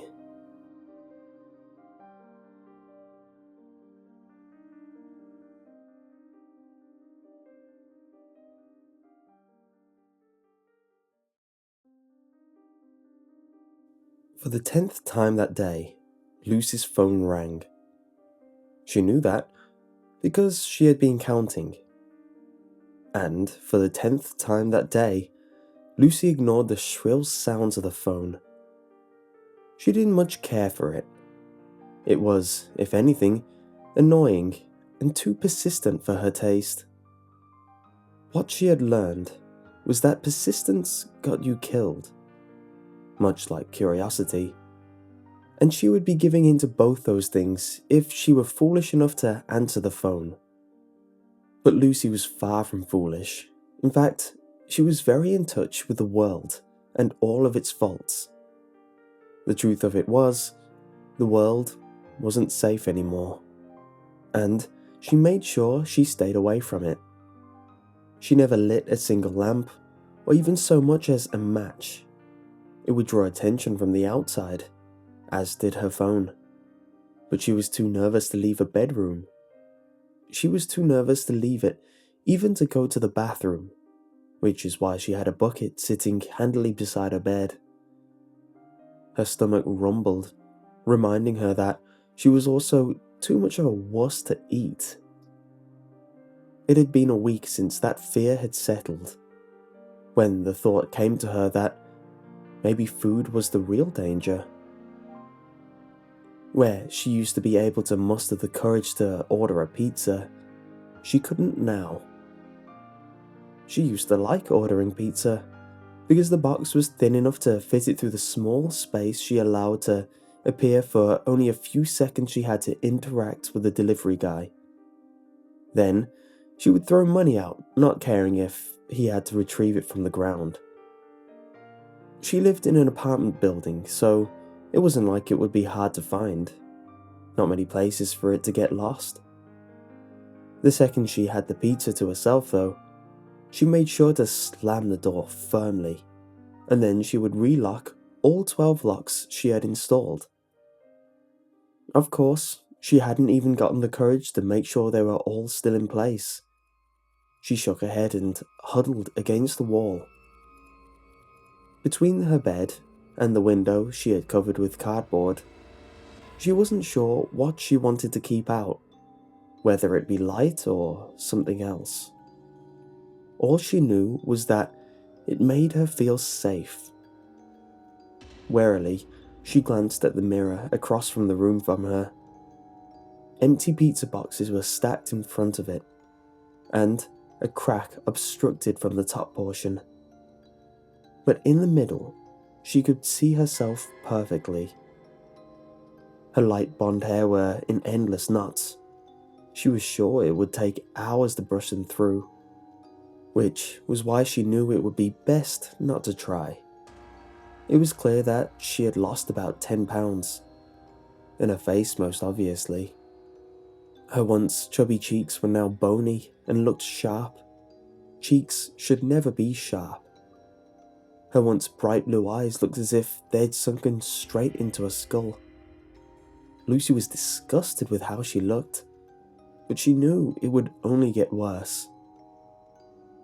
The mental battle to bathe was just starting when she heard it. At first, she thought she had imagined it, but no. There was a knock coming from the distance. Her front door, presumably. Who would be visiting her? Her family had given up on her years ago, when she had decided there was no reason to ever leave her small, 500-person town. She never went to see them, so they never came to see her. She supposed it was fair, and now she was slightly annoyed that someone had apparently changed their mind. Maybe someone died. Maybe this was the person who kept calling, and finally they had gotten fed up enough that they thought facing her in person would be a better idea. Lucy shook her head and finally stood. For the first time in days, her stomach rumbled. Maybe because of the movement. She was at her bedroom door now, and apparently, she had never locked it. The doorknob felt cold in her hand as she twisted it, and she was greeted with a click. The door swung open, and now she could smell her musky hallway, full of spider webs, and that water spot on the ceiling that appeared to be growing mold now. She sighed, hoping it wasn't the poisonous kind. The world was getting in, but she knew she was still safe. It was everyone outside her little bundle of safety that would be afraid. Someone knocked again. As Lucy walked towards the white wooden door, paint was peeling off it. Now she could see where she had carved the words, "The world isn't safe anymore," when she had first moved in. It was a form of reminder. Another knock. "Who is it?" she asked, not really caring how scratchy her voice sounded. Her mouth was dry and it felt like someone was rubbing a match on her throat just to get those few words out. Lucy hadn't talked in so long, though, that she had forgotten what her own voice sounded like. "It's Julianne from work. You haven't shown up in weeks. You've been let go, but we need to give you that last pay stub. They sent me since you haven't been returning our calls." The woman on the other side of the door said nervously. Was she scared? Probably. Lucy remembered Julianne, and though she had never had a problem with her, she got the feeling that she had made Julianne uneasy. Strangely enough, Julianne had been the only one to ever pay Lucy any attention at all. But that might have been because they both worked in the same side of the pub. "Slip it under the door, and then go," Lucy said, as she started to undo all 12 locks. She did it silently, in hopes that Julianne would not notice. But if you would ask her why, she would have no idea. It was instinct. The one she used to have that told her it was okay to leave her gross little apartment. "If you would just let me in for a second, that would be nice. I kind of wanted to talk to you. In the least, I guess I would say I'm worried about you," Julianne said from outside the door, skeptically, like she was considering some very important decision. And Lucy's decision was immediate, because something clicked in that moment. If people were so persistent, then why not let them be? What use was it to warn them? The world wasn't safe anymore, and only Lucy knew why, because Lucy was the one that had been protecting it. When she unlocked the first lock, she slipped behind the door as it swung open. She could see the shadow Julianne's body made in the corridor.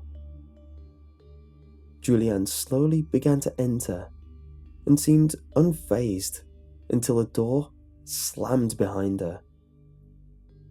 She whirled around to face Lucy, and in that moment, Lucy knew there was no turning back as the talons protruded from the spots her fingernails used to be. The beast was taking over. Her stomach rumbled as she made an advance on the surprised-looking Julianne. Her wide, grey eyes met Lucy's now pure black ones. "The world is no longer safe, and it's all your fault, Julianne," Lucy said in a voice that sounded like 1,000 demons. The last thing Julianne Smith heard, after her own shrill scream of course, was the horrid hiss that escaped Lucy's now blood-covered lips as she dug her rows of jagged teeth into the throat of a co-worker.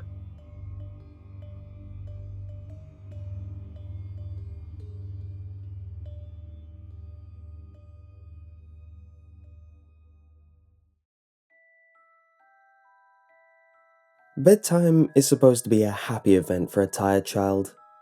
For me, it was terrifying. While some children might complain about being put to bed before they have finished watching a film or playing their favourite video game, when I was a child, nighttime was something to truly fear. Somewhere in the back of my mind, it still is.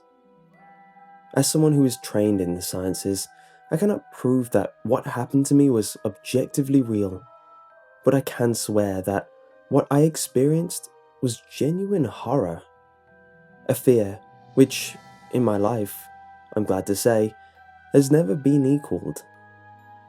I will relate it to you all now as best as I can. Make of it what you will, but I'll be glad to just get it off my chest. I can't remember exactly when it happened, but my apprehension towards falling asleep seemed to correspond with my being moved into a room of my own. I was 8 years old at the time, and until then, I'd shared a room, quite happily, with my older brother. As is perfectly understandable for a boy 5 years my senior, my brother eventually wished for a room of his own and, as a result, I was given the room at the back of the house. It was a small, narrow, yet oddly elongated room, large enough for a bed and a couple of chests of drawers, but not much else. I couldn't really complain because, even at that age, I understood that we did not have a large house and I had no real cause to be disappointed, as my family was both loving and caring. It was a happy childhood, during the day. A solitary window looked out onto our back garden. Nothing out of the ordinary, but even during the day, the light which crept into the room seemed almost hesitant. As my brother was given a new bed, I was given the bunk bed which we used to share.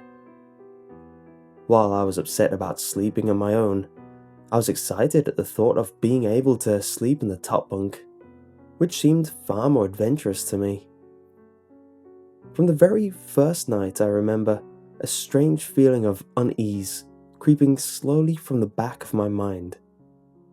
I lay on the top bunk, staring down at my action figures and cars strewn across the green-blue carpet.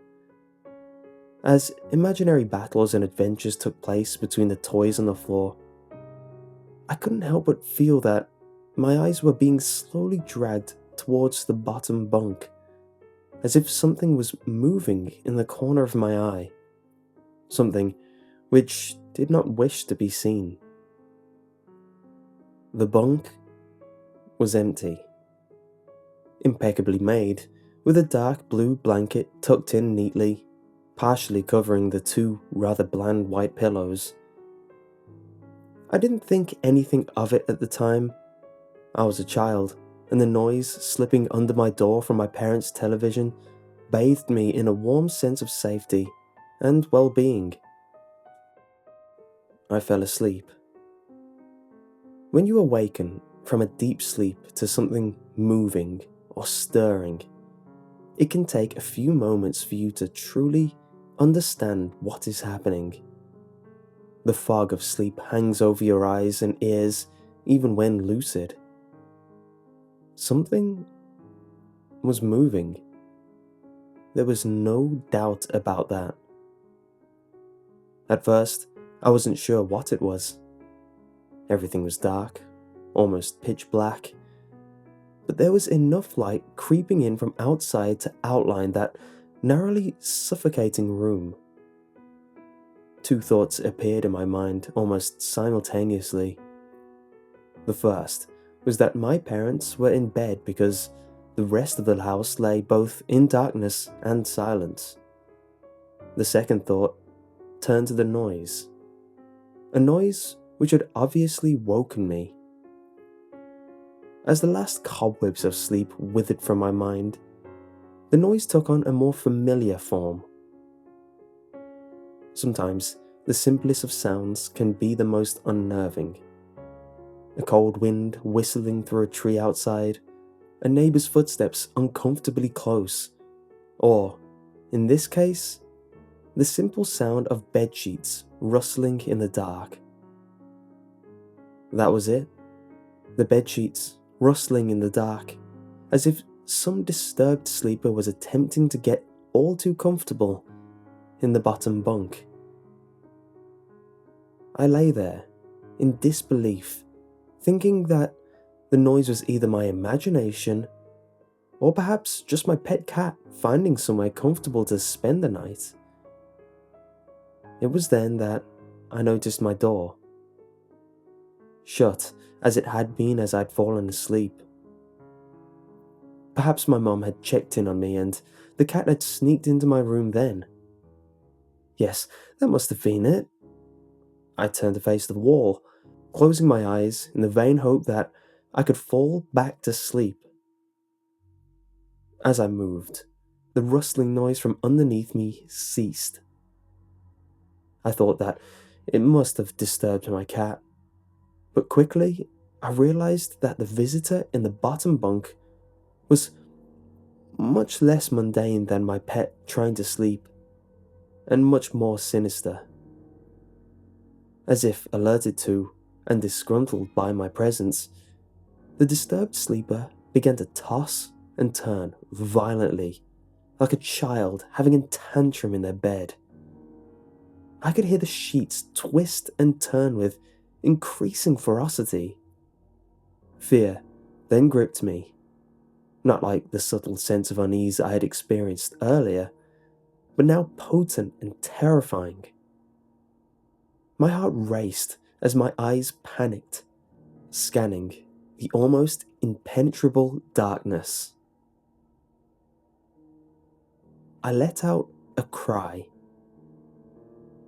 As most young boys do, I instinctively shouted on my mother. I could hear something stir on the other side of the house. But as I began to breathe a sigh of relief that my parents were coming to save me, the bunk beds suddenly started to shake violently, as if gripped by an earthquake, scraping against the wall. I could hear the sheets below me thrashing around as if tormented by malice.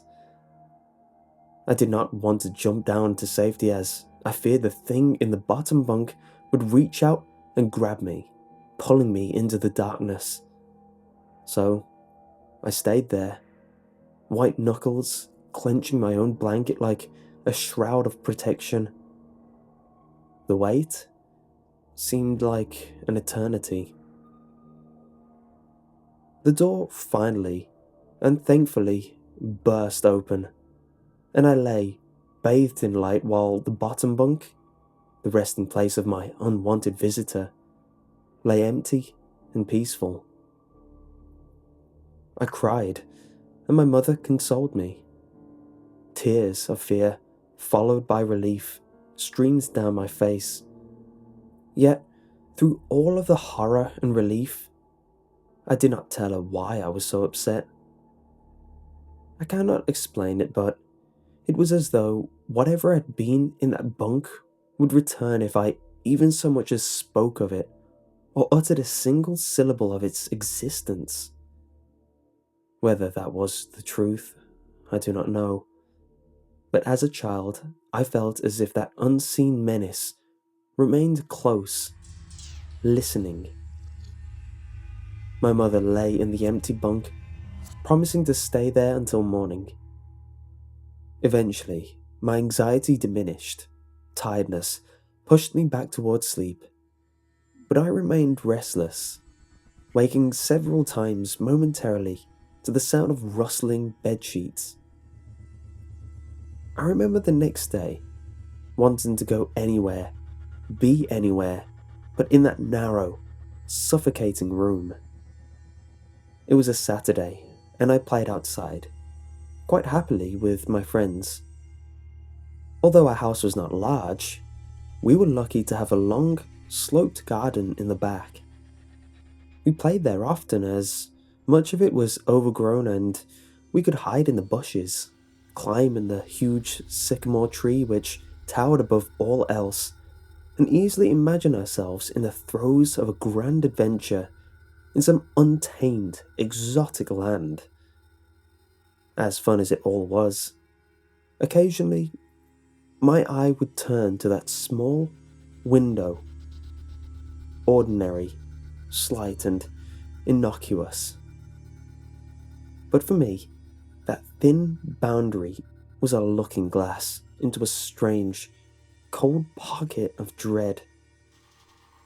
Outside the lush green surroundings of our garden, filled with smiling faces of my friends, could not extinguish the creeping feeling crawling its way up my spine, each hair standing on end, the feeling of something in that room watching me play, waiting for the night when I would be alone, eagerly filled with hate. It may sound strange to you, but by the time my parents ushered me back into that room for the night, I said nothing. I didn't protest. I didn't even make an excuse as to why I couldn't sleep there. I simply and sullenly walked into that room, climbed the few steps into the top bunk, and then waited. As an adult, I would be telling everyone about my experience, but even at that age, I felt almost silly to be talking about something which I really had no evidence for. I would be lying, however, if I said this wasn't my primary reason. I still felt that this thing would be enraged if I so much as spoke of it. It's funny how certain words can remain hidden from your mind, no matter how blatant or obvious they are. One word came to me that second night, lying there in the darkness, alone, frightened, aware of a rotten change in the atmosphere, a thickening of the air as if something had displaced it. As I heard the first casual twist of the bedsheets below, the first anxious crease of my heartbeat at the realization that something was once again in that bottom bunk. That word, a word which had been sent into exile, filtered up through my consciousness, breaking free of all repression, gasping for air, screaming, etching, and carving itself into my mind. Ghost. As this thought came to me, I noticed that my unwelcome visitor had ceased moving. The bedsheets lay calm and dormant, but they had been replaced by something far more hideous. A slow, rhythmic, rasping breathing heaved and escaped from the thing below. I could imagine its chest rising and falling with each sordid, wheezing, and garbled breath. I shuddered and hoped beyond all hope that it would leave without occurrence. The house lay as it had the previous night, in a thick blanket of darkness. Silence prevailed, all but for the perverted breath of my, as yet, unseen bunkmate. I lay there, terrified. I just wanted this thing to go, to leave me alone. What did it want? Then, something unmistakably chilling transpired. it moved. It moved in a way different from before. When it threw itself around the bottom bunk, it seemed unrestrained, without purpose, almost animalistic. This movement, however, was driven by awareness, with purpose, for that thing lying there in the darkness, that thing which seemed intent on terrorizing a young boy, calmly and nonchalantly sat up. Its laboured breathing had become louder, as now only a mattress and a few flimsy wooden slats separated my body from the unearthly breath below. I lay there, my eyes filled with tears, a fear which mere words cannot relate to you or anyone else coursed through my veins. I would not have believed that this fear could have been heightened, but I was so wrong. I imagined what this thing looked like, sitting there, listening from below my mattress, hoping to catch the slightest hint that I was awake. Imagination then turned to an unnerving reality. It began to touch the wooden slats which my mattress sat on. It seemed to caress them carefully, running what I imagined to be fingers and hands across the surface of the wood. Then, with great force, it prodded angrily between two slats into the mattress. Even through the padding, it felt as though someone had viciously stuck their fingers into my side. I let out an almighty cry, and the wheezing, shaking, and moving thing in the bunk below replied in kind by violently vibrating the bunk as it had done the night before. Small flakes of paint powdered onto my blanket from the wall as the frame of the bed scraped along it, backwards and forwards. Once again, I was bathed in light, and there stood my mother, loving, caring as she always was, with a comforting hug and calming words which eventually subdued my hysteria. Of course, she asked what was wrong, but I could not say. I dared not say. I simply said one word over and over and over again.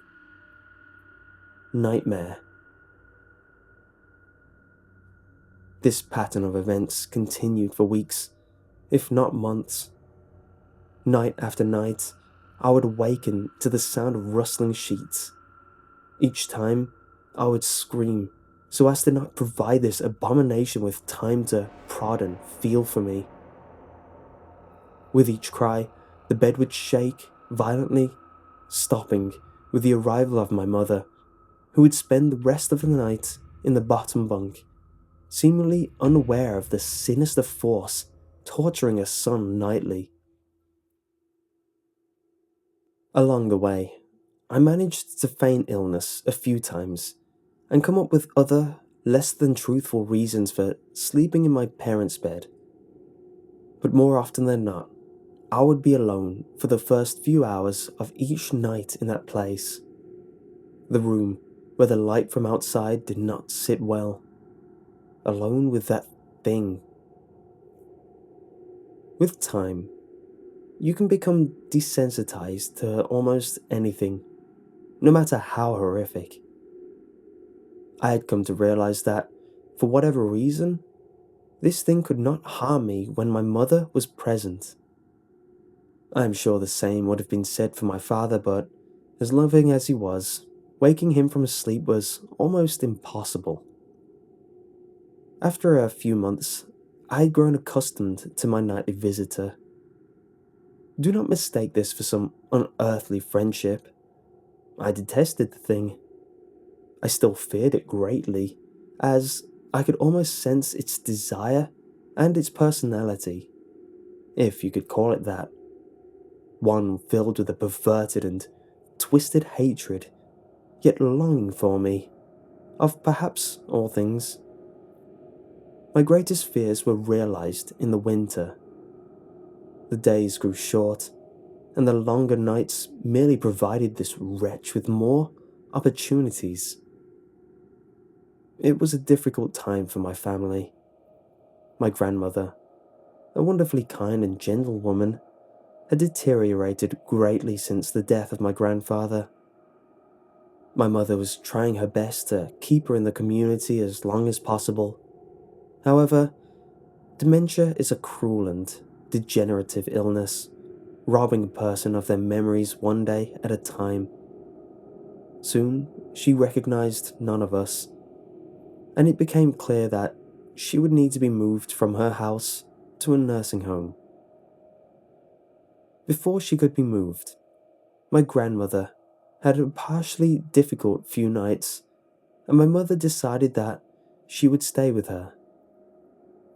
As much as I loved my grandmother and felt nothing but anguish at her illness, to this day, I feel guilty that my first thoughts were not of her, but of what my nightly visitor may do should it become aware of my mother's absence, her presence being the one thing which I was sure was protecting me from the full horror of this thing's reach.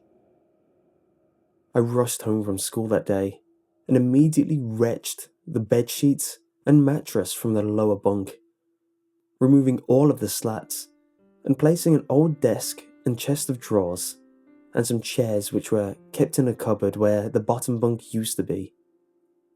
I told my father I was making an office, which he found adorable, but I would be damned if I'd give that thing a place to sleep for one more night.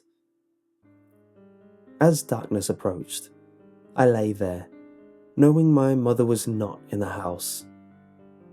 I did not know what to do. My only impulse was to sneak into a jewelry box and take a small family crucifix which I had seen there before. While my family were not very religious, at that age I still believed in God and hoped that somehow this would protect me. Although fearful and anxious, while gripping the crucifix under my pillow tightly in one hand, sleep eventually came and I was drifted off to a dream. I hoped that I would awaken in the morning without incident. Unfortunately, that night was the most terrifying of all. I woke gradually. The room was once again dark. As my eyes adjusted, I could gradually make out the window and the door, and the walls, some toys on the shelf, and even to this day I shudder to think about it, for there was no noise, no rustling of sheets, no movement at all. The room felt lifeless. Lifeless yet not empty. The nightly visitor, that unwelcome, wheezing, hate-filled thing which had terrorized me night after night, was not in the bottom bunk. It was in my bed. I opened my mouth to scream, but nothing came out. Utter terror had shaken the very sound from my voice. I lay, motionless. If I could not scream, I did not want to let this thing know I was awake. I had not seen it yet. I could only feel it. It was obscured under my blanket. I could see its outline, and I could feel its presence. But I dared not look. The weight of it pressed down on top of me, a sensation I will never forget. When I say that hours passed, I do not exaggerate. Laying there, motionless, in the darkness, I was every bit a scared and frightened young boy. If it had been during the summer months, it would have been light by then. But the grasp of winter is long and unrelenting. and I knew it would be hours before sunrise. A sunrise which I yearned for. I was a timid child by nature, but I reached the breaking point. A moment where I could wait no more, where I could survive under this intimately deviant abomination no longer. Fear can sometimes wear you out, make you tread bare, a shell of nerves, leaving only the slightest trace of you behind. I had to get out of that bed. Then I remembered the crucifix. My hand still lay underneath the pillow, but it was empty. I slowly moved my wrist around to find it, minimizing as best I could the sound and vibrations it caused. But it could not be found. I had either knocked it off the top bunk, or it had, I could not even bear to think of it, been taken from my hand. Without the crucifix, I lost any sense of hope. Even at a young age, you can be acutely aware of what death is, and intensely frightened of it. I knew I was going to die in that bed if I lay there, dormant, passive, doing nothing. I had to leave that room behind, but how? Should I leap from the bed and hope that I make it to the door? What if it is faster than me? Or should I slowly slip out that top bunk, hoping not to disturb my uncanny bedfellow? Realizing that I had not stirred when I moved, trying to find the crucifix, I began to have the strangest of thoughts. What if it was asleep? I hadn't so much as breathed since I had woken up. Perhaps it was resting, believing that it had finally gotten me, that I was finally in its grasp. Or perhaps it was toying with me. After all, it had been doing just that for countless nights. And now with me under it, pinned against my mattress, with no mother to protect me, maybe it was holding off, savoring its victory until the last possible moment, like a wild animal savoring its prey. I tried to breathe as shallowly as possible, and mustering every ounce of courage I could, I reached over, slowly with my right hand, and began to peel the blanket off of me. What I found under those covers almost stopped my heart. I did not see it, but as my hand moved the blanket, it brushed against something smooth and cold, something which felt unmistakably like a gaunt hand. I held my breath in terror, as I was sure it must have now known that I was awake. Nothing. I did not stir. It felt dead. After a few moments, I placed my hand carefully further down the blanket and felt a thin, poorly formed forearm. My confidence, an almost twisted sense of curiosity, grew as I moved down further to a disproportionately larger bicep muscle. The arm was outstretched, lying across my chest, with a hand resting on my left shoulder as if it had grabbed me in my sleep. I realized that I would have to move this cadaverous appendage if I even so much as hoped to escape its grasp. For some reason, the feeling of torn, ragged clothing on its shoulder of this nighttime invader stopped me in my tracks. Fear once again swelled in my stomach and in my chest as I recoiled my hand in disgust at the touch of straggled, oily hair. I could not bring myself to touch its face, although I wondered to this day what it would have felt like. Dear God, it moved. It was subtle, but its grip on my shoulder and across my body strengthened. No tears came, but God, how I wanted to cry. As its hand and arm slowly coiled around me, my right leg brushed along the cool wall which the bed lay against. Of all that happened to me in that room, this was the strangest. I realized that this clutching, rancid thing which grew great delight from violating a young boy's bed was not entirely on top of me. It was sticking out from the wall, like a spider striking from its lair. Suddenly, its grip moved from a slow tightening to a sudden squeeze. It pulled and clawed at my clothes, as if frightened that the opportunity would soon pass. I fought against it, but its emaciated arm was too strong for me. Its head rose up, writhing and contorting under the blanket. I now realized where it was taking me.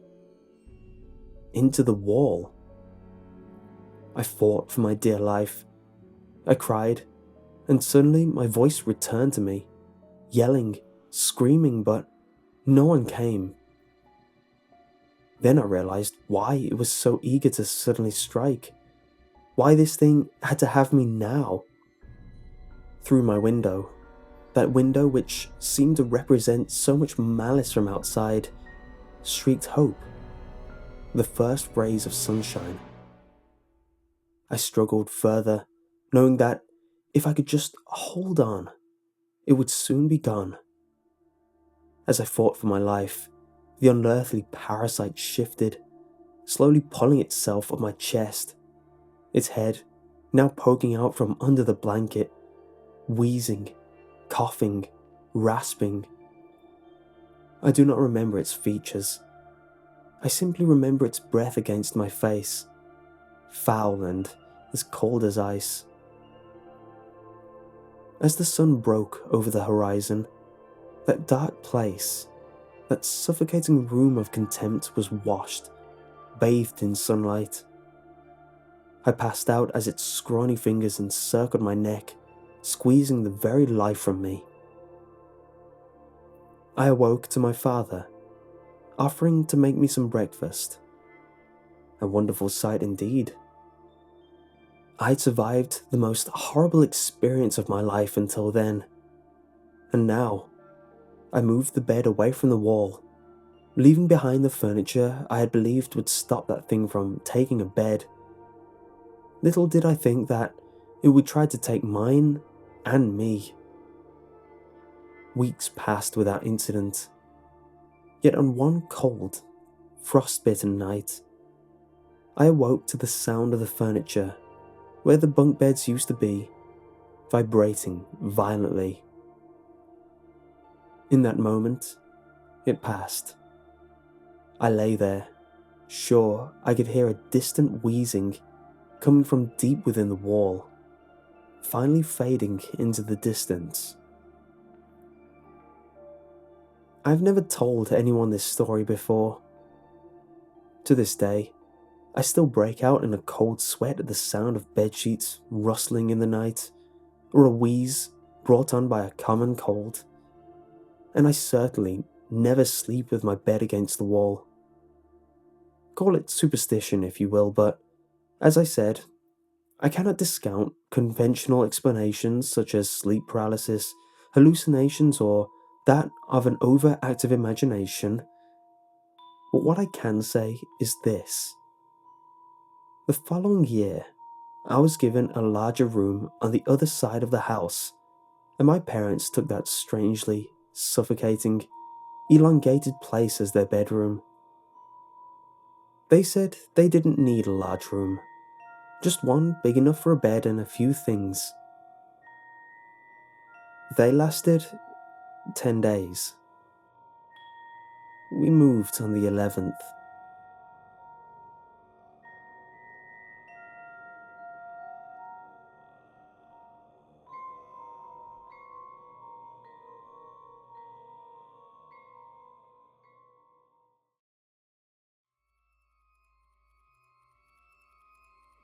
It started with my 3-year-old son screaming in his room in the middle of the night. When I came in to check on him, he was in hysterics, crying about how the boogeyman had frightened him.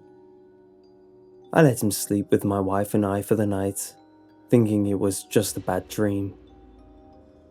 The next evening, he didn't want to sleep in his room, but I convinced him that the boogeyman was just a figment of his imagination. However, I found myself rushing to console him at 2 a.m. after being awoken by his screams once more. On the third night, I set up a camcorder in his room in order to show him that there was no monster. That evening, there was no screams and no crying. I was refreshed when I woke up in the morning after having gotten my first good night's sleep in 3 days. Although, when I saw my son, he seemed very fatigued. He didn't even put up his usual fuss when we got him ready for preschool, so when my wife took him to daycare, I decided to review the camera's tape in order to find out if he had slept. I'll never forget what I saw. Around 2 a.m., while my son was asleep, his closet door slowly creaked open, and out of the shadows crept a pale, naked, veiny woman with long, white hair. So bony you could see her spine protruding from her back when she turned away from the camera. He tried to scream as she reached her unnaturally large hands towards him, but her palm easily enveloped his head, muffling his cries. She snatched him up with the ease that a person of her frame should not have had, then walked back into the closet, only to return an hour later with what looked like a wriggling worm the size of a duffel bag, that she then placed it in my son's bed. Over the next 2 hours, I watched it twist and writhe while it grew and mutated until it looked like my baby boy. I don't know what the thing is that left with my wife this morning, but I know it's not my son.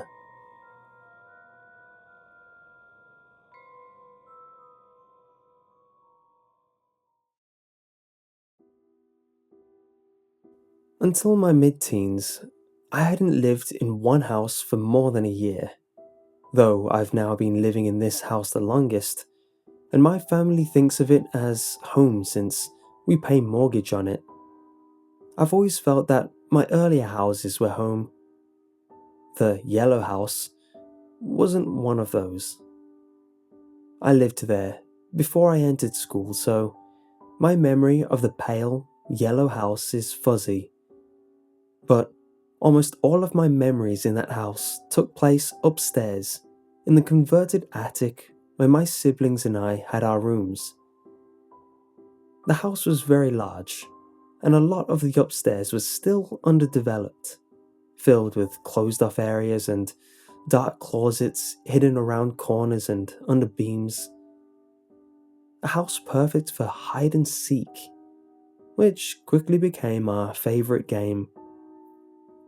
Over the months, we began picking up strategies, such as taking our stuffed animals and arranging them in human-sized shapes and hiding them around the attic to throw the others off our trail till we could reach the furthest corner and call it safe.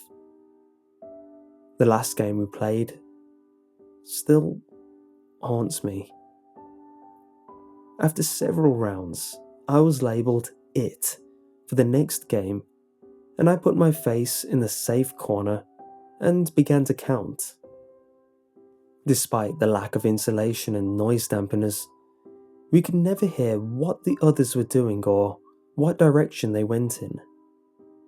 I knew they had to be setting decoys before settling into their hiding spots, but I couldn't pinpoint where or how many. When I reached 100, I spun and began my hunt. My brother was the easier of the two as he was only a year older than me and I found him with relative ease. But my older sister was a pro. She was where we picked up our tactics, but she was still the best and always made it to base. I always started my hunt for her in her bedroom, which was separate from mine and my brother's and considerably smaller. Her bed was occupied, but I knew it wasn't her. Too lumpy. I looked underneath and in the closet, but she wasn't there. I dug deep into the back of the closet and under the pile of clothes, but to no avail. I decided to move on, when I thought I saw something move in her bed. I pushed onto the central lump and confirmed stuffed animals. I went for me and my brother's room. There wasn't anywhere to hide in mine, really. It was the largest and emptiest in the house with no closet, and our mattresses just sat on the floor instead of on bed frames. I checked around my side of the room and saw nothing. My brother's side was just as empty as mine, but I went to check anyway. His box spring was moved out at an angle, and his mattress flush against the wall. This wasn't uncommon, but I still yanked the mattress away. Nothing again. I headed out of the large room and began to search the closets and crawl spaces.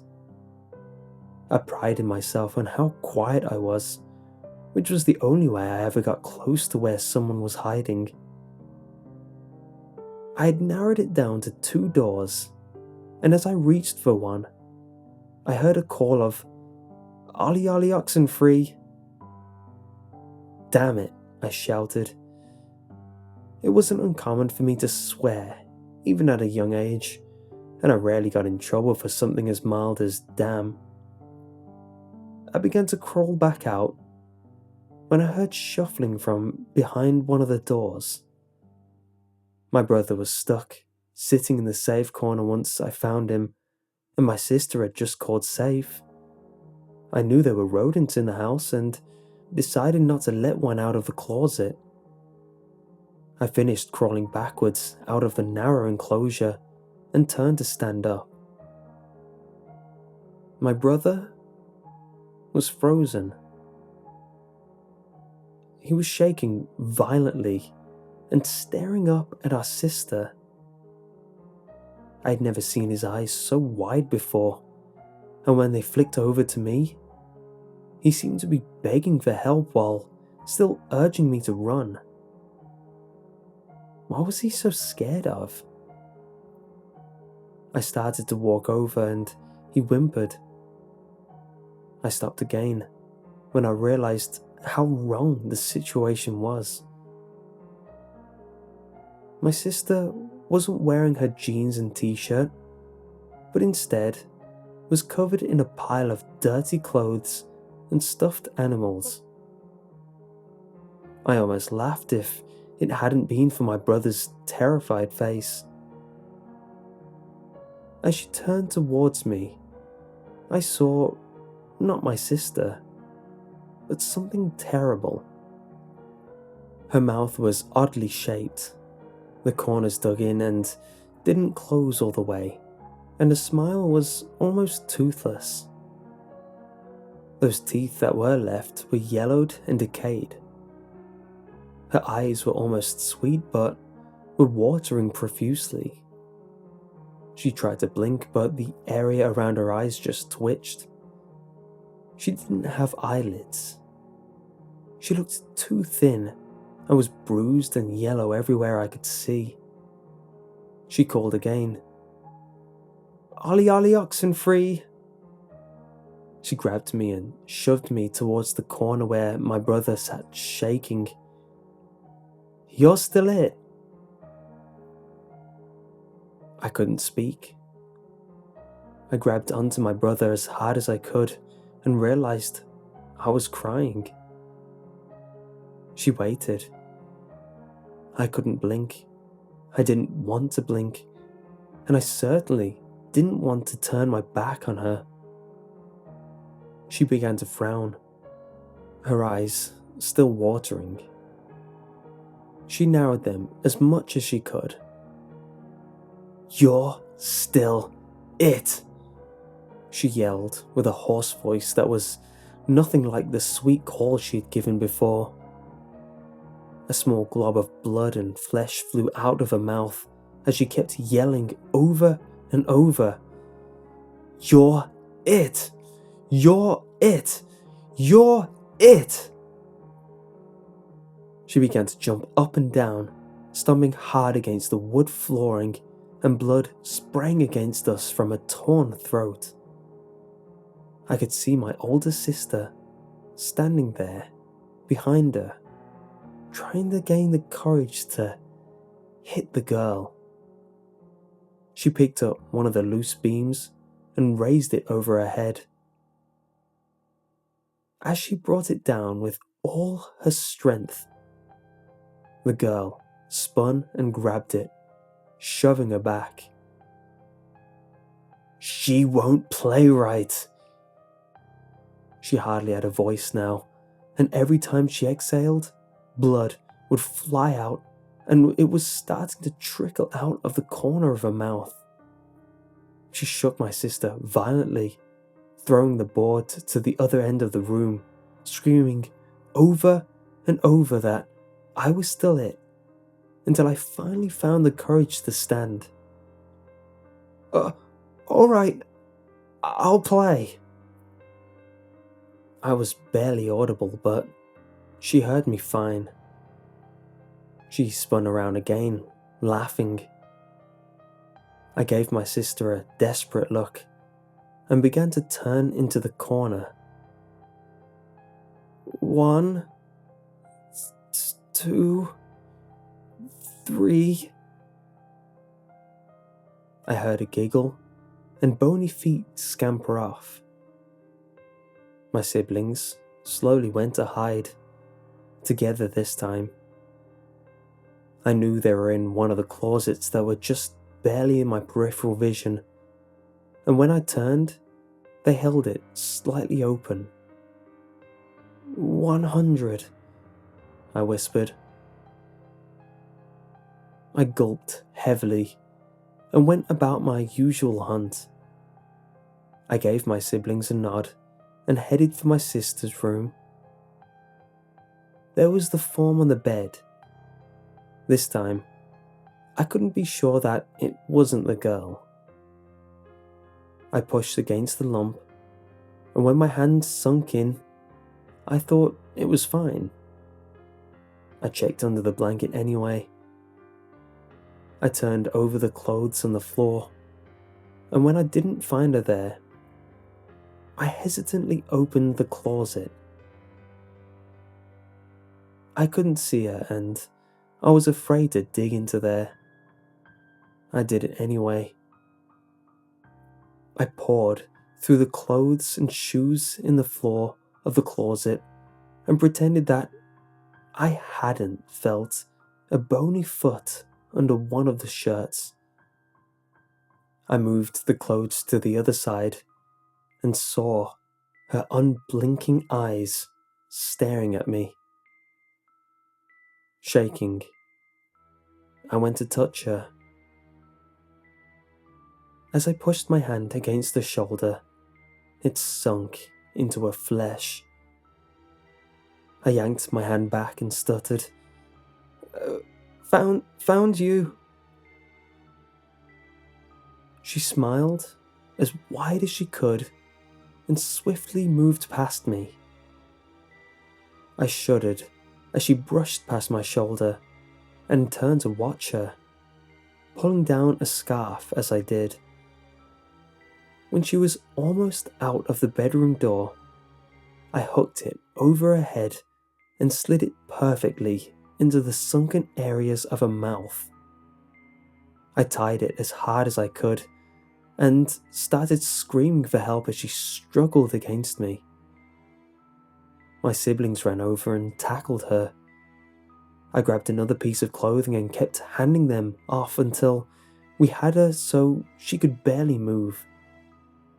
We dragged her to the smallest closet in the darkest area of the upstairs and shoved her inside, slamming the door and blocking it with several loose boards. We couldn't sleep upstairs anymore.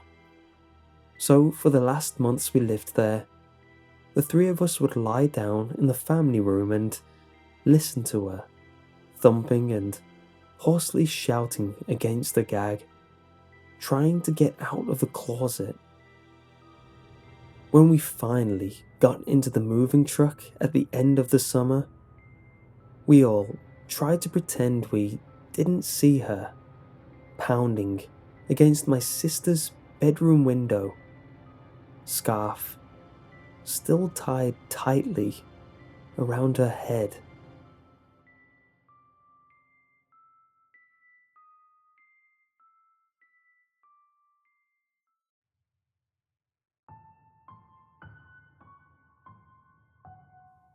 That thing has been there for almost a week, the figure in the window. It looks featureless, only skin on a human frame, and it's pressing itself against the glass somehow. I don't know how it got there, and I don't know how to get rid of it. At first, I thought it was a prank, a doll or mannequin that some jerks put there to scare me. But I realised as I walked out of my house to pull it away, it wasn't there. I shrugged it off, thinking that someone had hidden it while I was talking through my door. But I went back in and looked out that same window, and it was looking in, staring at me. I walked around my house, yelling for whoever it was to come out, but no one was there. The thing is hairless and naked, and it didn't look like it actually had eyes, or even a face at all. But its head is turned towards me when I enter the room. When I sit on my computer, I can feel its faceless hatred boring into my neck. But when I turn around, it's innocently turned in a different direction. Finally, on Thursday, I tried to open the window, but it's stuck. I think the thing's hands are keeping it down, but I got a good look at its face. Its eyes and mouth are behind the skin, pushing outward. It stared at me, smiling. Of course, I screamed. I pulled back a fist and smashed it onto the glass, determined once and for all to get rid of the glaring monster. I know I'm strong enough. That glass should have cracked. But it didn't. It shuddered under my hand, but it didn't break. And that smile just got wider and wider and wider until I thought its head would break in half. It raised its own hand and bashed the window with its palm. It was mocking me. But I saw the faintest crack begin to appear where it had hit, and I backed away. No way did I want that smile in the same room as me. So I got a roll of duct tape, and I started covering the window. I couldn't look directly at it. I nearly crapped my pants knowing it was watching me. But I couldn't help it. I took a quick glance at the skin-covered face. A small peek. It was angry. That grin was now a gaping frown full of teeth. The skin had ripped away from its mouth and I could see down its cavernous throat. A menacing rumble started to fill the room, and that hairline crack began to spread like splintering ice. I pulled down the duct tape. The rumble stopped. The split skin healed over, and it began to smile again. Now it's night, and the noise hasn't started again. There are no sounds, no rumble, no crackling of glass. Everything's quiet now. I can feel its claws gripping the back of my chair. I can hear its skin stretching as it smiles. It's watching as I record this.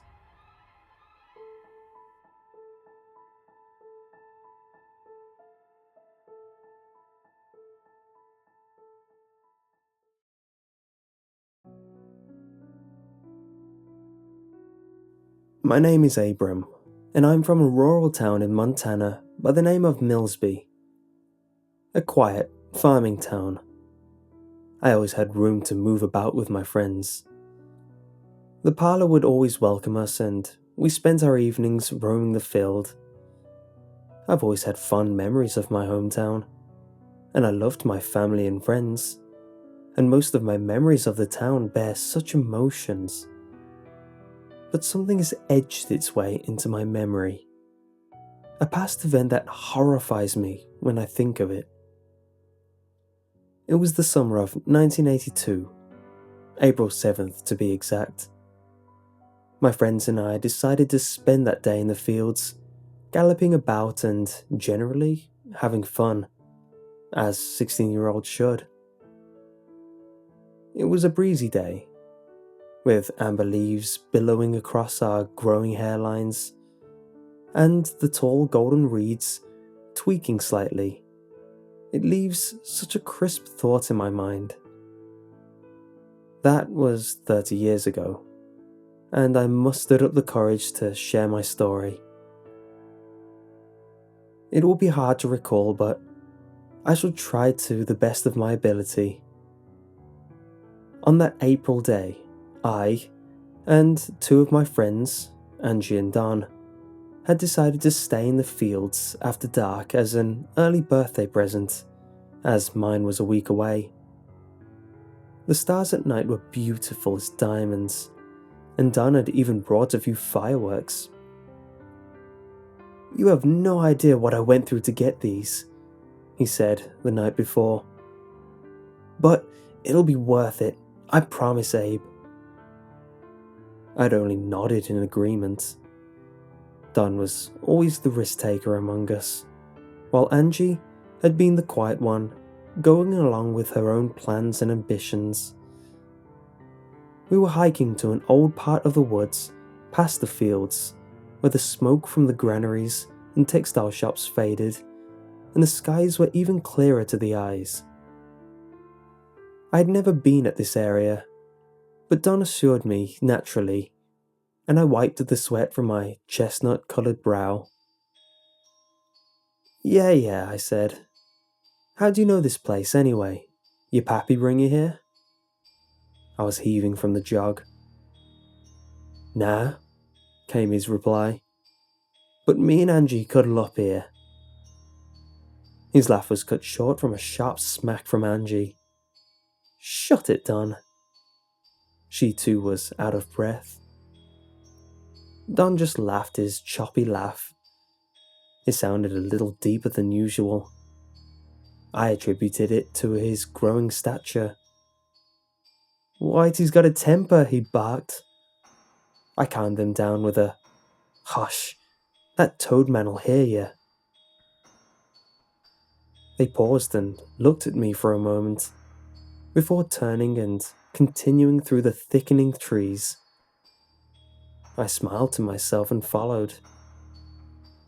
The toadman always got under their skins, and I knew that. The Toadman was a rumour that spread through the town in the 1890s, when a few children were found dead in a river by a toad's nest. Their limbs had been chopped off by, what the judge said, a small axe. They found the guy who did it a man by the name of Keith Lesler, and executed him. Ever since, adults had been warning their kids to stay away from the creek near the woods. But as is prone to happen, kids forgot. 3 came to the creek, found no Toadman, and have sneaked there a few times since. The area was, in fact, about half a mile from where we were, down an embankment. But that wasn't in my mind as we strode. We merely edged nearer to the center of the trees. Once in the clearing of the center, we laid down in the tall grass to watch the sky. I breathed a long, peaceful sigh. Oh man, this is great, you guys. The air, the stars. It's a... Hey Don, where are you? Confused, I stood, the grass reaching my upper torso, around 5 feet 6 inches by then. I wasn't worried for him, as he liked hiding and tricking us from time to time. I rolled my eyes and fished for Angie's hand, but found nothing but sodden earth. Believing her to be in on it, I lied back down to watch. They would pop up, scaring the living Jesus out of me, and laugh it off with big smirks, as they'd done before. After about 10 minutes of this, however, I grew worried. Why haven't they shown up? I thought. Confused, I roamed the field to search for them. After 5 minutes of searching the tall blades of grass, I sprinted into the woods. Something wasn't right, and I knew it. I cursed at myself for letting slip of the Toadman and piquing their curiosities. My gut told me where they were, at that swampy embankment where we had played as children. After reaching the murky edges, I looked around for my friends. "Donnie? Angie?" I cried. I had no idea what was happening. I kept yelling, reverently, for my friends. But something got my attention after a moment. A rustling in the grass. "Yes?" I edged toward it and spoke softly. "Donnie? Is that you?" I only got a response from behind me. Yes. I didn't have time to sigh as I launched myself away, barreling towards the field. I heard his footsteps behind me, slopping on the ground as if his feet were muddy. I pressed on faster, only for the footsteps to match my pace. I dived into the grass as I reached the field and crawled as silently as I could away. Once I felt I was safe from him, I peeked through the reeds, and what caught my eye made me vomit. He was around 6 feet tall and burly.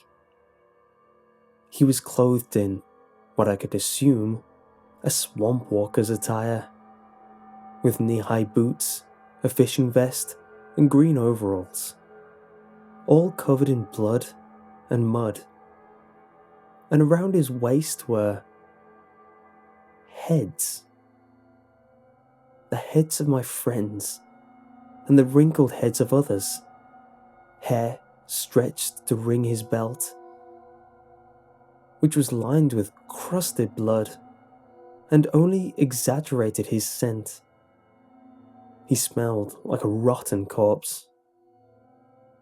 I tried scrambling away, but my toes stuck something hard, and I fell. He immediately turned his head, and I lunged.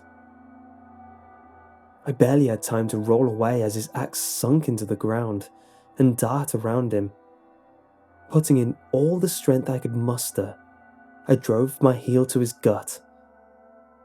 To my shock and horror, my foot sunk through him, and grinning like a madman, he swung his axe again, cleaving my leg from the knee down. I screamed, falling like a dead weight. He grinned wider, gripping my leg like a trophy. I knew that soon it would be my head he was holding. He raised his axe once more, but I managed to claw my way under his legs, gripping what I tripped over, hopefully to smash his head in. To my surprise, however, it was a wooden crate containing the fireworks Don brought. With little effort, the Toadman grabbed my stump and pulled me up, raising me up so I was eye level with him. His bubbled complexion brought bile from my stomach, but I instinctively dropped the crate downwards onto his head. He dropped me, grunting in surprise. I knew it was my only chance. I pulled away his axe, tossing it and reaching into my pocket. I slipped out the grinding stone that I carried for farm work and scraped it against the crate, sparking the fireworks. With all I could, I crawled away and turned. The Toadman gave me a look of utmost spite as he combusted, the lights spraying a shower of viscera on the area. I lost consciousness. The look burned into my mind.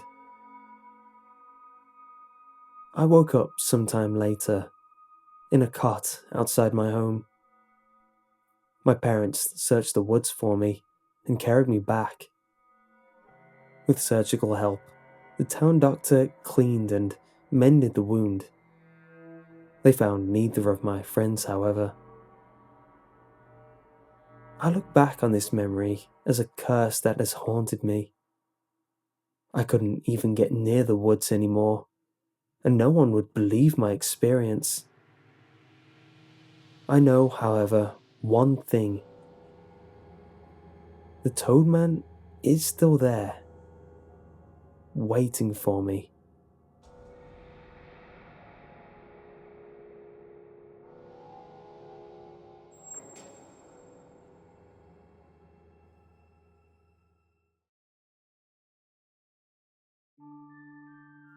Sit, Terry. We have a long summer ahead of us. His voice seems almost to reach out and touch me as he speaks. But this is not a pleasant touch. It is a touch which turns the skin cold wherever felt, and it causes the hair on the back of my neck to stand on end. His words seem hollow and faint, and float to my ears like a whisper. I have no proof they were ever spoken at all, save for the chill which they force down my spine. He crawls along the floor, obscured in darkness, scraping his nails across the tile as he does so. A chair stands in the center of the room. He finds his way to the chair and seats himself upon it. He positions himself facing away from me, as he always does, until I see nothing but the shadow of his back. He first came to me years ago. How long exactly, I cannot recall. He is always with me. He lives in the painting beside my bed, you see. Others who come here see only the portrait of a room, with dark walls and a light, tiled floor. A metal chair sits upon the floor, and save for that, the room is empty. The chair is rusted and worn, giving off the impression of having been there a very, very long time. There is only one door, located at the far end of the room. It is old, giving off the same ancient feeling as the chair. Visitors to my room never pay the portrait much attention. If they had, perhaps they'd have noticed that the door's blood-red paint had been clawed away, not chipped slowly by time and constant use as one might assume. I have stared long and hard into his painting, and seen things which others care not to see. The door has been scratched, and the scratches sit like scars, the scars of 1,000 fingernails run across its surface, as if someone were trapped inside, and, try as they may, could never leave. The scars of 1,000 failed attempts. Every night is the same. Each evening, the tile in the portrait begins to shift, and he crawls up through the flooring, pulling his way across the ground to that one old chair in the center of the room. I have never seen his face. When I look upon him, all I can make out is darkness, and I can never see beyond the charade of this void. I do not know who or what he is, and yet he knows everything about me. He has been my dark passenger these long years and never leaves. An unwelcome guest in this room. An unwelcome guest in this room he has made his own. Sit, Terry. We have a long summer ahead of us. His voice induces shivers, and I feel as though I have spiders crawling up and down my body. His painting sits across from my window, and outside he can see the last hours of a sunshiny day. Children play at the park across the street, and we can hear them faintly. Listen to them. You'll never be like them, Terry. You'll always be here, with me. You'll always be mine, and you will always feel my pain. He raises his arm, and I see red. Blood drips slowly down his fingers and onto the tile floor. I avert my eyes, only to catch a glimpse of another flash of red. But this is not his blood. I look down at myself and see a gash appearing on my own arm. He is being especially cruel tonight. I rush to my dresser and find a t-shirt, wrapping it around my arm to stop the bleeding. But the cut grows. I've had enough. Desperate now, I grab a shoe lying on my bed and hurl it as hard as I can at him. I hear a terrible sound and look away. When I finally gaze back to that side of the room, the portrait is gone. Bits and pieces of broken glass fill the floor, my shoe at the center of them. Slowly, I make my way over and pick up one of the larger pieces of shattered glass. As I look into it, I see him, seated on his chair.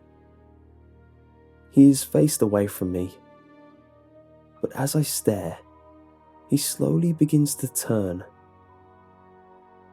I tense as his body contorts to look into my direction. All breath leaves me as I finally see his face. His eyes are cold, but his mouth forms into a crooked smile upon his face. My face.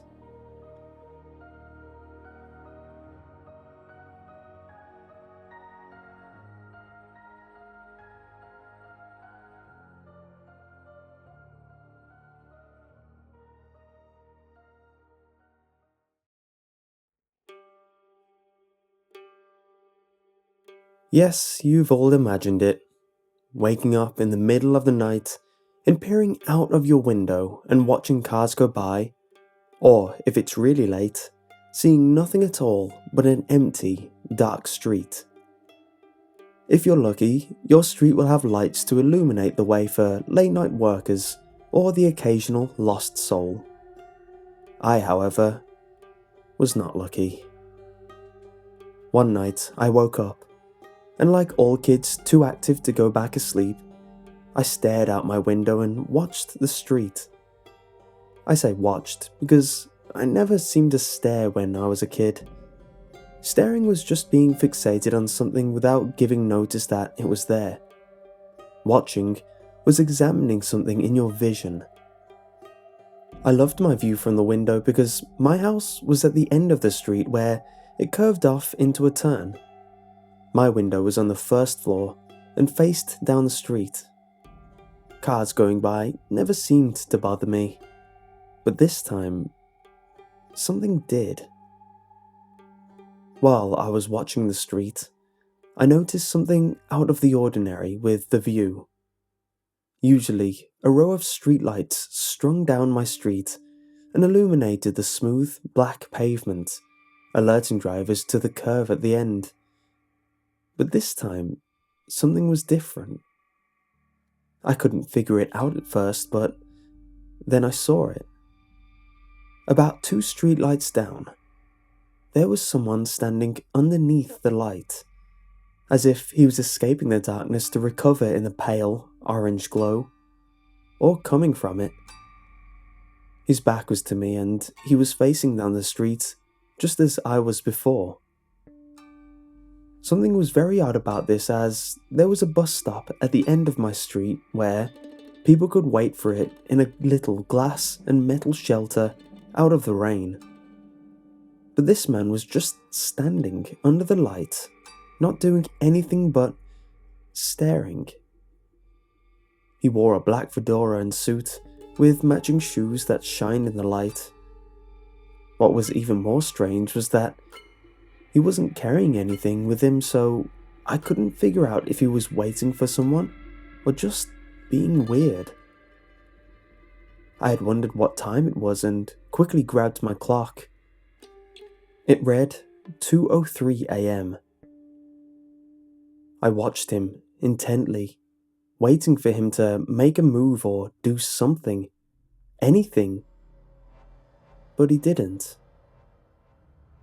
I must have watched him for half an hour or so, and was about to turn away to go to bed when I suddenly saw movement. A car was coming down the street. This struck me as even stranger, but as I said, people were sometimes lost or working late at night. But then something else happened. That is why you're listening to this now. The car came down the street and stopped dead center in front of the man. The headlights were off so that the driver wouldn't wake anyone up on this street. A door on the side opened for the man to get in, but before he got in, he turned and faced me. I'm sure he knew I was watching him.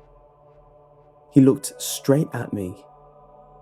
He was too far away to see his face, but he was close enough that I could tell he was looking straight at me. I quickly ducked and hid underneath the covers, like the common child. I knew the indestructible layer of cotton would protect me from any evil that tried to get me. I heard a car door slam, and the engine slowly hummed as it started down and grew slightly louder and louder as the vehicle crept closer. I was so nervous, and my heart was racing. Then, I heard a sound that stopped my heart completely. Right outside my house, I heard another car door closed shut. Then, an engine creeping and humming away. They obviously dropped off the man outside my house because I saw their weird engagement. I willed myself every second to get out from underneath my blanket and check to see if he was outside. I finally got the courage to do so. When I looked outside, I was struck with a huge force of relief when I saw nobody was out there. I told my parents about it, and unlike a cartoon or some story, they believed me. Probably just a business exchange, my father said as he munched on some toast. I was relieved yet again to have my parents on my side. But every night, before I go to bed, I check outside my window to see if that man is still there. He is. Every night, he somehow gets underneath that streetlight and waits for the car to pick him up, and every time he turns and looks at me.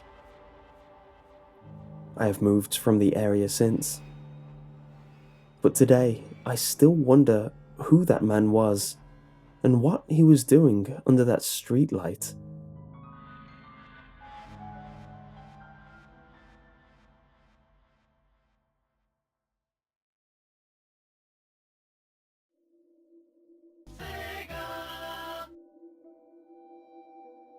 I'm a total Sonic the Hedgehog fan, much like everyone else. I like the newer games, but I don't mind playing the classics. I don't think I've ever played glitchy or hacked games before, though I don't think I want to play any after the experience I had. It started on a nice summer afternoon. I was playing Sonic Unleashed. I like how you get to explore the towns in it, until I noticed, out of my peripheral vision, that the mailman had arrived and put something in my mailbox as usual and left. I paused my game to go see what I got in the mail. The only thing in the mailbox was a CD case for computers and a note. I took it inside. I looked at the note first and realized it was from my dear friend Kyle, whom I hadn't heard from in 2 weeks. I know that because I recognized his handwriting. Though what was weird is how it looked. It looked badly written and scratchy and somewhat difficult to read, as if Kyle was having a hard time writing it down and did it in a hurry. This is what he wrote. Tom, I can't take it anymore. I had to get rid of this thing somehow before it was too late, and I was hoping you'd do it for me. I can't do it. He's after me. And if you don't destroy the CD, he'll come after you too. He's too fast for me. Please, Tom, destroy this godforsaken disc before he comes after you too. It's too late for me.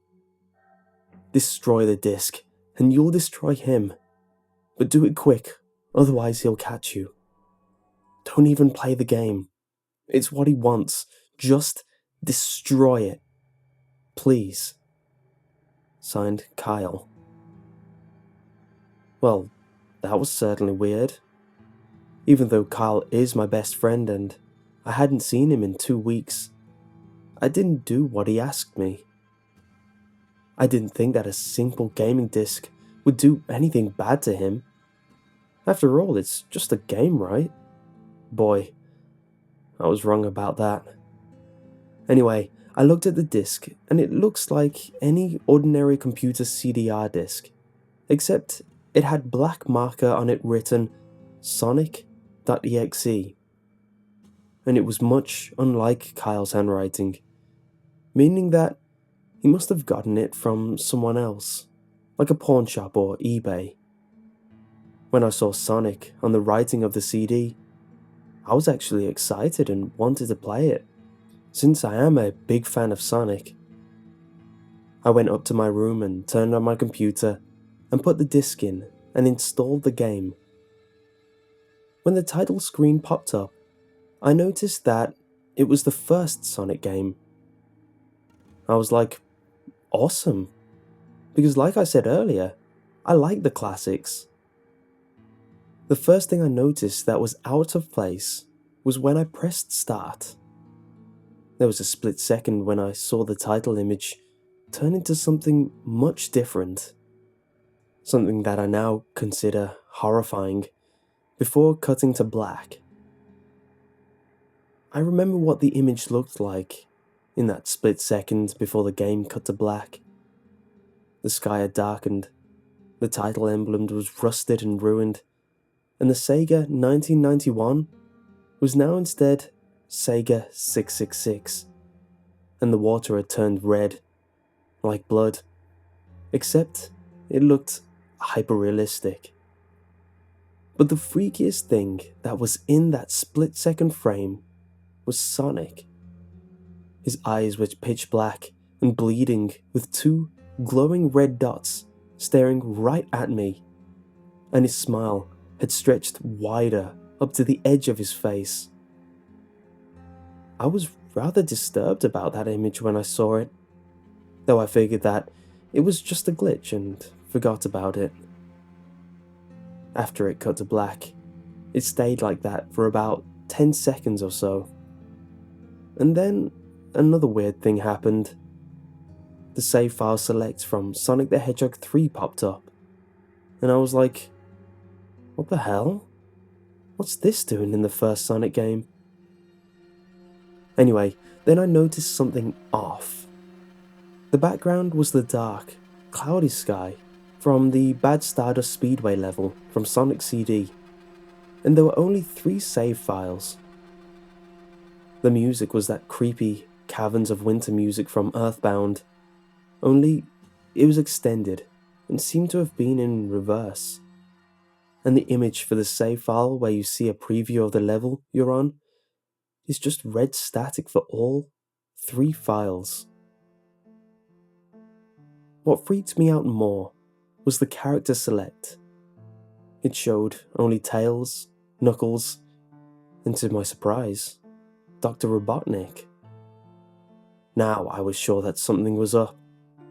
I mean, how can you play as Robotnik in a classic Sonic game, for crying out loud? That's when I realized that this wasn't a glitchy game. It was a hacked game. Yeah, it definitely looked hacked. It was really creepy, but as a smart gamer, I wasn't scared. Or at least I tried not to be. I told myself that it was just a hacked game, and there's nothing wrong with that. Anyway, shaking off the creeped out feeling, I picked file 1 and chose Tails. And when I selected, I got started. The game froze for about 5 seconds, and I heard a creepy, pixelated laugh that sounded an awful lot like that Kefka guy from Final Fantasy, before cutting to black. The screen stayed black for about 10 seconds or more. Then it showed the typical level title thing, except the simplistic shapes that were different shades of red, and the text showed only Hill, Act 1. The screen faded in, and the level title vanished, revealing Tails in the Green Hill Zone from Sonic 1. The music was much different though. It sounded like a peaceful melody in reverse. Anyway, I started playing and had Tails start running like you would in any of the classic Sonic games. What was odd was that, as Tails was running along the level, there was nothing but flat ground and a few trees for 5 minutes. That was when the peaceful music started to lower down into slow, deep tones, very slowly as I kept going. I suddenly saw something, and I stopped to see what it was. It was one of the small animals lying dead on the ground, bleeding. That was when the music started to slow down. Tails had a shocked and saddened look on his face that I never saw him have before. So I had him move along, and he kept that worried look on his face. As he kept moving, I saw more dead animals as Tails moved past them, looking more and more worried as the music lowers and he moves past more dead animals. I was shocked to see how they all died. They looked like somebody killed them in rather gruesome ways. A squirrel was hanged on a tree with what appears to be his entrails hanging out. A bunny had all 4 of his limbs torn off, and a duck had its eyes gouged out and its throat slit. I felt sick to my stomach when I saw this massacre, and apparently, so did Tails. After a few more seconds, there were no more animals, and the music seemed to have stopped. I still kept Tails to continue. After a minute passed, after the music stopped, Tails was running up a hill, and then he stopped. It wasn't until I saw why. Sonic was there, on the other side of the screen, with his back against Tails with his eyes closed. Tails looked happy to see Sonic, but then his smile faltered, obviously noticing that Sonic wasn't responding to him, if not acting as if he was totally oblivious of Tails' presence. Tails walked slowly towards Sonic, and I noticed that I wasn't even moving my keyboard to make him move, so this had been a cutscene. Suddenly, I began to have a growing feeling of dread as Tails walked closer to Sonic to get his attention. I felt that Tails was in danger, and something bad was going to happen. I heard faint static growing louder as Tails was but inches away from Sonic, and stopped, and stuck his hand out to touch him. That foreboding feeling in my gut was growing stronger, and I felt the urge to tell Tails to get away from Sonic as the static grew louder. Suddenly, in a split second, I saw Sonic's eyes open, and they were black with those red, glowing dots. Just like that title image, though there wasn't a smile. When that happened, the screen turned black and the static sound was off. It stayed black for about 7 seconds, and then white text appeared, forming a message saying, "Hello, do you want to play with me?" At this point, I was creeped out. I didn't want to continue the game, but my curiosity got the better of me when I was taken to a different level, with the level title now saying, "Hide and Seek." This time, I was in the Angel Island level from Sonic 3, and it looked like everything was on fire. Tails looked as though he was scared out of his wits at this time. He actually looked at me and made frantic gestures to me, as if he wanted to get out of the area he was in as fast as possible. I was starting to get freaked out by this. I mean, Tails was actually breaking the fourth wall, trying to tell me to get him out of there. So I pressed down on the arrow key as hard as I could, and made him run as fast as he could. A pixelated version of that creepy theme when you meet Shadow at the Ark as Robotnik from Sonic Adventure 2 was playing, as I made Tails trek through the desolate forest, trying to help him escape from whatever he was trying to run from. Suddenly, I heard that creepy laugh again. That awful Kefka laugh. Right after, 10 seconds had passed as I helped Tails run through the forest. And then, I started seeing flashes of Sonic popping up everywhere on the screen. Again, with those black and red eyes. The music changed to that suspenseful drowning jingle as I see Sonic behind Tails, slowly gaining up on him, flying. Sonic wasn't running, he was actually flying. The flying pose his sprite was in made him look very similar to Metal Sonic's flying pose in Sonic CD, except it was just Sonic, and he had the black and red eyes again.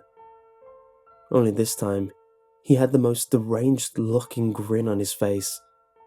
He looked as though he was enjoying the torment he was giving the poor little fox as he gained up on him. Suddenly, when Tails tripped, another cutscene, the music stopped, and Sonic vanished.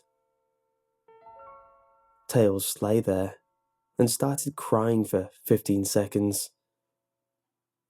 The screen was rather upsetting to watch, and I kind of teared up myself. But then Sonic appeared right in front of Tails, and Tails looked up in horror. Blood started to come down those blackened eyes of Sonic's as a grin slowly grew from his face as he looked down at the horrified fox. I could do nothing but watch. just in a split second. Sonic lunged at Tails, right before the screen went black. There was a loud screeching noise that only lasted 5 seconds. The text returned, only this time it said, "You're too slow. Want to try again?" And then that god-awful laugh came with it. I was so shocked by what had happened. Did Sonic murder Tails? No, he couldn't have. He and Tails are supposed to be best friends, right?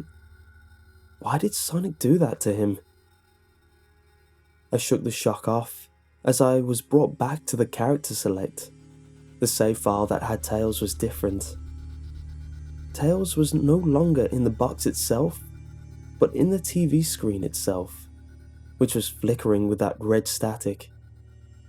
Tails' expression scared me. His eyes were black and bleeding. His orange fur had gone black, and he had an expression of anguish on his face. Trying to ignore it, I picked Knuckles next. The laugh came again, and the screen cut to black again, and stayed there for another 10 seconds.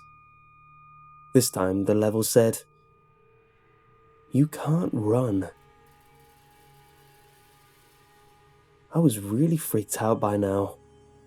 I couldn't tell if this was a glitch, or a hack, or some kind of sick, twisted joke, or anything really.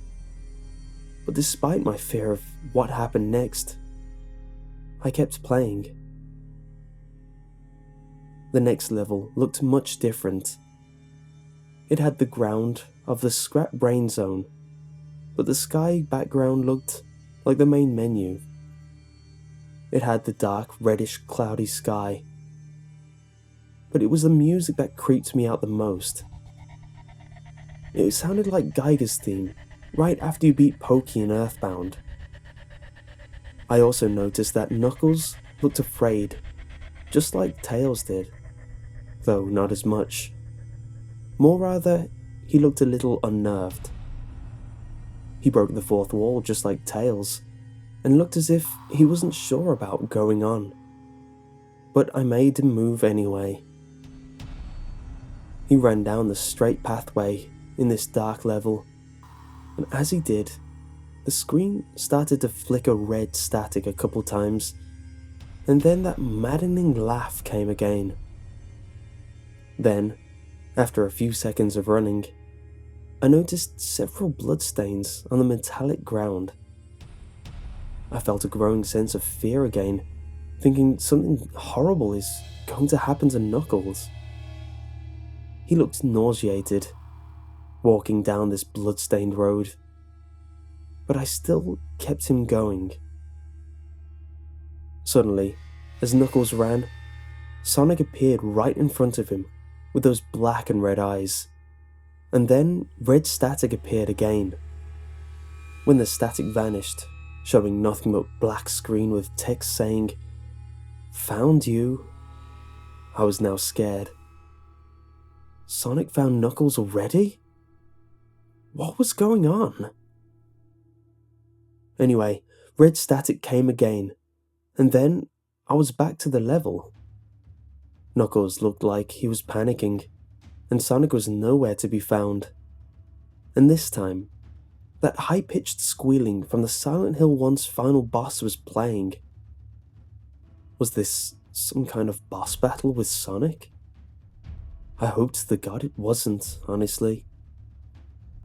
Suddenly, Sonic appeared right behind Knuckles, in what appeared to be pixelated black smoke. I made Knuckles turn, and then punched Sonic, but Sonic vanished in black pixelated smoke before I could even land a hit. That terrible laugh went off again. Then, Sonic appeared behind Knuckles again, and then I made him punch again, and Sonic vanished again, laughing. Knuckles was panicking even more, and even I felt like I was going crazy. Sonic was practically playing with us. He was playing a sick, twisted little mind game with me and Knuckles. Another cutscene played as Knuckles fell to his knees and clutched his head, sobbing. I felt his agony. Sonic was actually driving us both crazy. And then, in a split second, Sonic lunged at Knuckles, and the screen went black with another distorted screeching noise that lasted for at least 3 seconds. Another message appeared. So many souls to play with, so little time. Would you agree? What the hell? Just what is going on? I started to think Sonic was actually trying to talk to me through the game, but I was too scared to think that.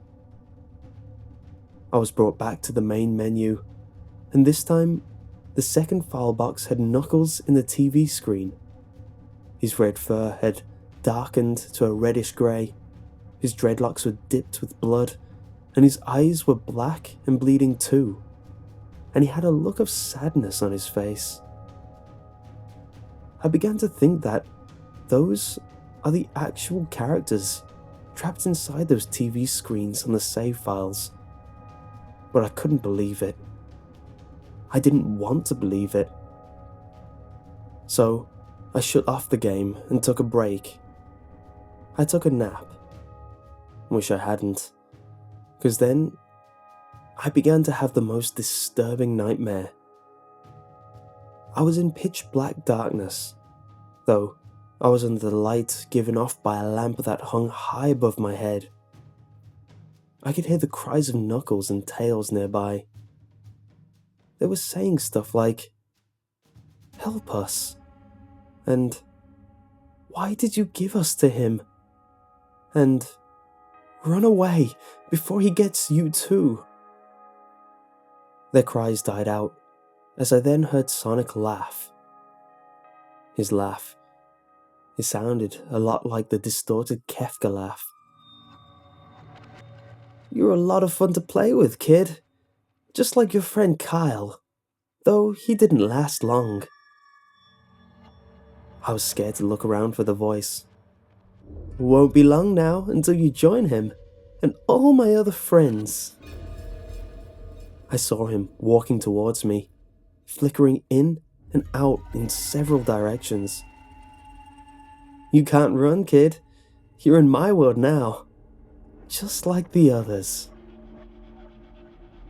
When he grabbed me, I saw his bleeding, black and red eyes, grinning face. I woke up with a fright. After a couple of hours, I decided to continue playing the game. I don't know why, but I had to know. I had to figure out why this was happening. So, I turned on the computer, turned on the game, and selected Robotnik next. I still thought that was wacky, playing as Robotnik. But anyway, the level title appeared again, and this time it said ... which I found really freaky. This time, I was in some kind of hallway. Didn't really look like it was from any of the classic Sonic games, though it had the pixelated style. The floor was shiny and checkered. The walls were dark, greyish-purple, with animated candle lights, and a few dark bloodstains here and there.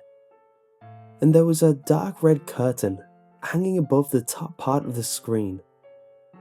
Every 12 seconds or so, that red curtain swayed very slowly, but whenever you're playing the game, you can barely see it move. The music was oddly pleasant, a piano playing a rather sad yet peaceful song. But I knew better. This was the song that played in Hill Act 1, only it wasn't in reverse.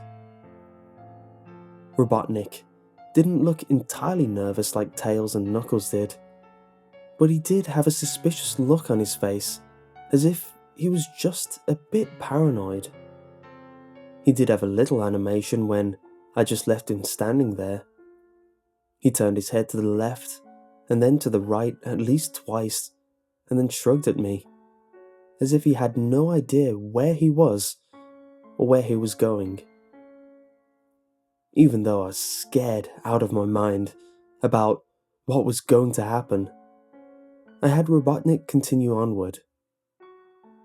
He did his usual running animation. You know, when you've beaten him at the end of a classic Sonic game and you chase him. As we continue going through the hallway. Then, I stopped at a long flight of stairs leading downward. Now I was nervous. Even Robotnik seemed unsure of himself. Though, I pressed onward. As I led Robotnik down the stairs, I noticed that the walls have gotten darker and more reddish. The red torches are now an eerie blue. Then, we landed onto another hallway. This one was longer than the last one, or at least it felt like it. And then we headed down another flight of stairs. This one was much longer. Took at least 1 full minute. And then I heard that horrid Kefka laugh again. And then the music slowly faded until it was quiet. As it did, the walls turned more dark red, and the torches were a black flame now. When Robotnik landed onto the third hallway, I noticed he now looked really creeped out, though he tried to hide it. I couldn't blame him. I was scared too. Suddenly, Sonic popped right in front of Robotnik, the same way he did Knuckles, and then red static. The red static lasted for about 15 seconds, and then it showed me a most unpleasant image. The image showed a hyper-realistic of Sonic standing in the darkness where you can only see his face, while his head and torso faded into black. And when I say hyper-realistic, I mean like he looked so real, you could actually see the lines in his blue fur. As if you could actually feel the fur if you touched the screen. His face. Oh God, he had the most horrifying smile I had ever seen. And that's saying something considering I saw that image at the start of the game. His eyes are wide and black, and once again crying blood, which also looked hyper-realistic. And there were 2 small, glowing red dots in those black eyes, staring right at me, as if staring into my mind. His grin was wide and demonic. It literally stretched to the side of his face like a Cheshire cat, except Sonic had fangs. Very sharp fangs, much like the werehog's teeth, except more vicious looking, somewhat yellowish, and from the look of it, he had stains of blood and small bits of flesh on his lips and fangs, as if he ate some animal. I stared at that gruesome image for a good 30 seconds, never taking my eyes off it. I felt as if he was actually looking at me, smiling at me. That face. It just took 10 seconds for it to etch itself into my brain for good. Then, the image flickered with red static again 3 times, and on the 3rd time, I heard the Kefka laugh, except this time, it sounded distorted, demonic even. It went back to the image again, except this time, there was the text again, though it was messed up. But it was pretty much one of the most horrifying things I looked at since I had this game. It read, "I am God." It was when I read that image while looking at Sonic when it hit me. I realized right there and then This Sonic was a monster. A pure evil, sadistic, all-powerful, nightmarish, demented monster. And all of his victims, including Tails, Knuckles, Robotnik, and possibly Kyle, are just his little toys. And the game is the very gateway into his chaotic, nightmarish world, and the very hell his victims are trapped in. Suddenly, in an actual split second, I screamed as Sonic lunged at the screen, screeching loudly with his mouth wide open to an unnatural length, revealing nothing but a literally spiraling abyss of pure darkness before the red static came again, this time much louder and distorted, so loud that it hurt my ears. I yelled and grabbed my ears as the red static screeched for a good 7 seconds. Then, it stopped and showed nothing but black screen. As I sat there, staring at the black screen, one last text came up.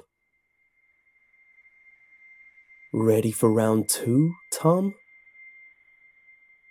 The Kefka laugh, now sounding more clear, as if Sonic was right behind me, played again 3 times as I looked at that text in shock and confusion.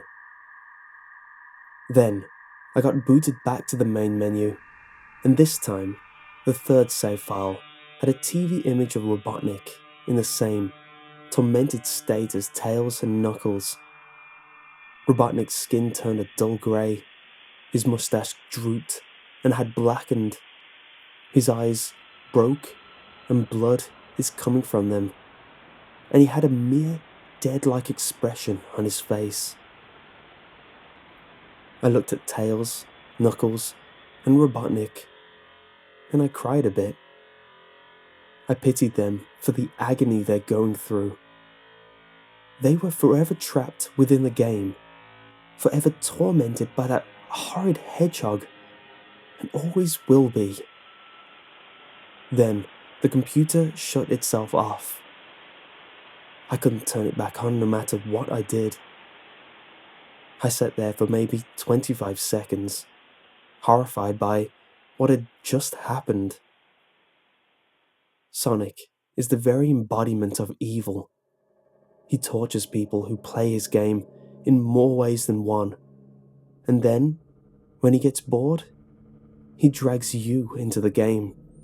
Literally, drags you to hell, where he can play with you, always, as his toy. I can't get the game out of my computer. I think it's stuck in there. But at least I managed to turn it back on now. After I sat there for 25 seconds, I heard a voice right behind me, like a whisper. "Try to keep this interesting for me, Tom." I turned around to see where the voice came from, and what I saw made me scream. Sitting on my bed, staring right at me, was a Sonic plushie, smiling, with bloodstains under its eyes.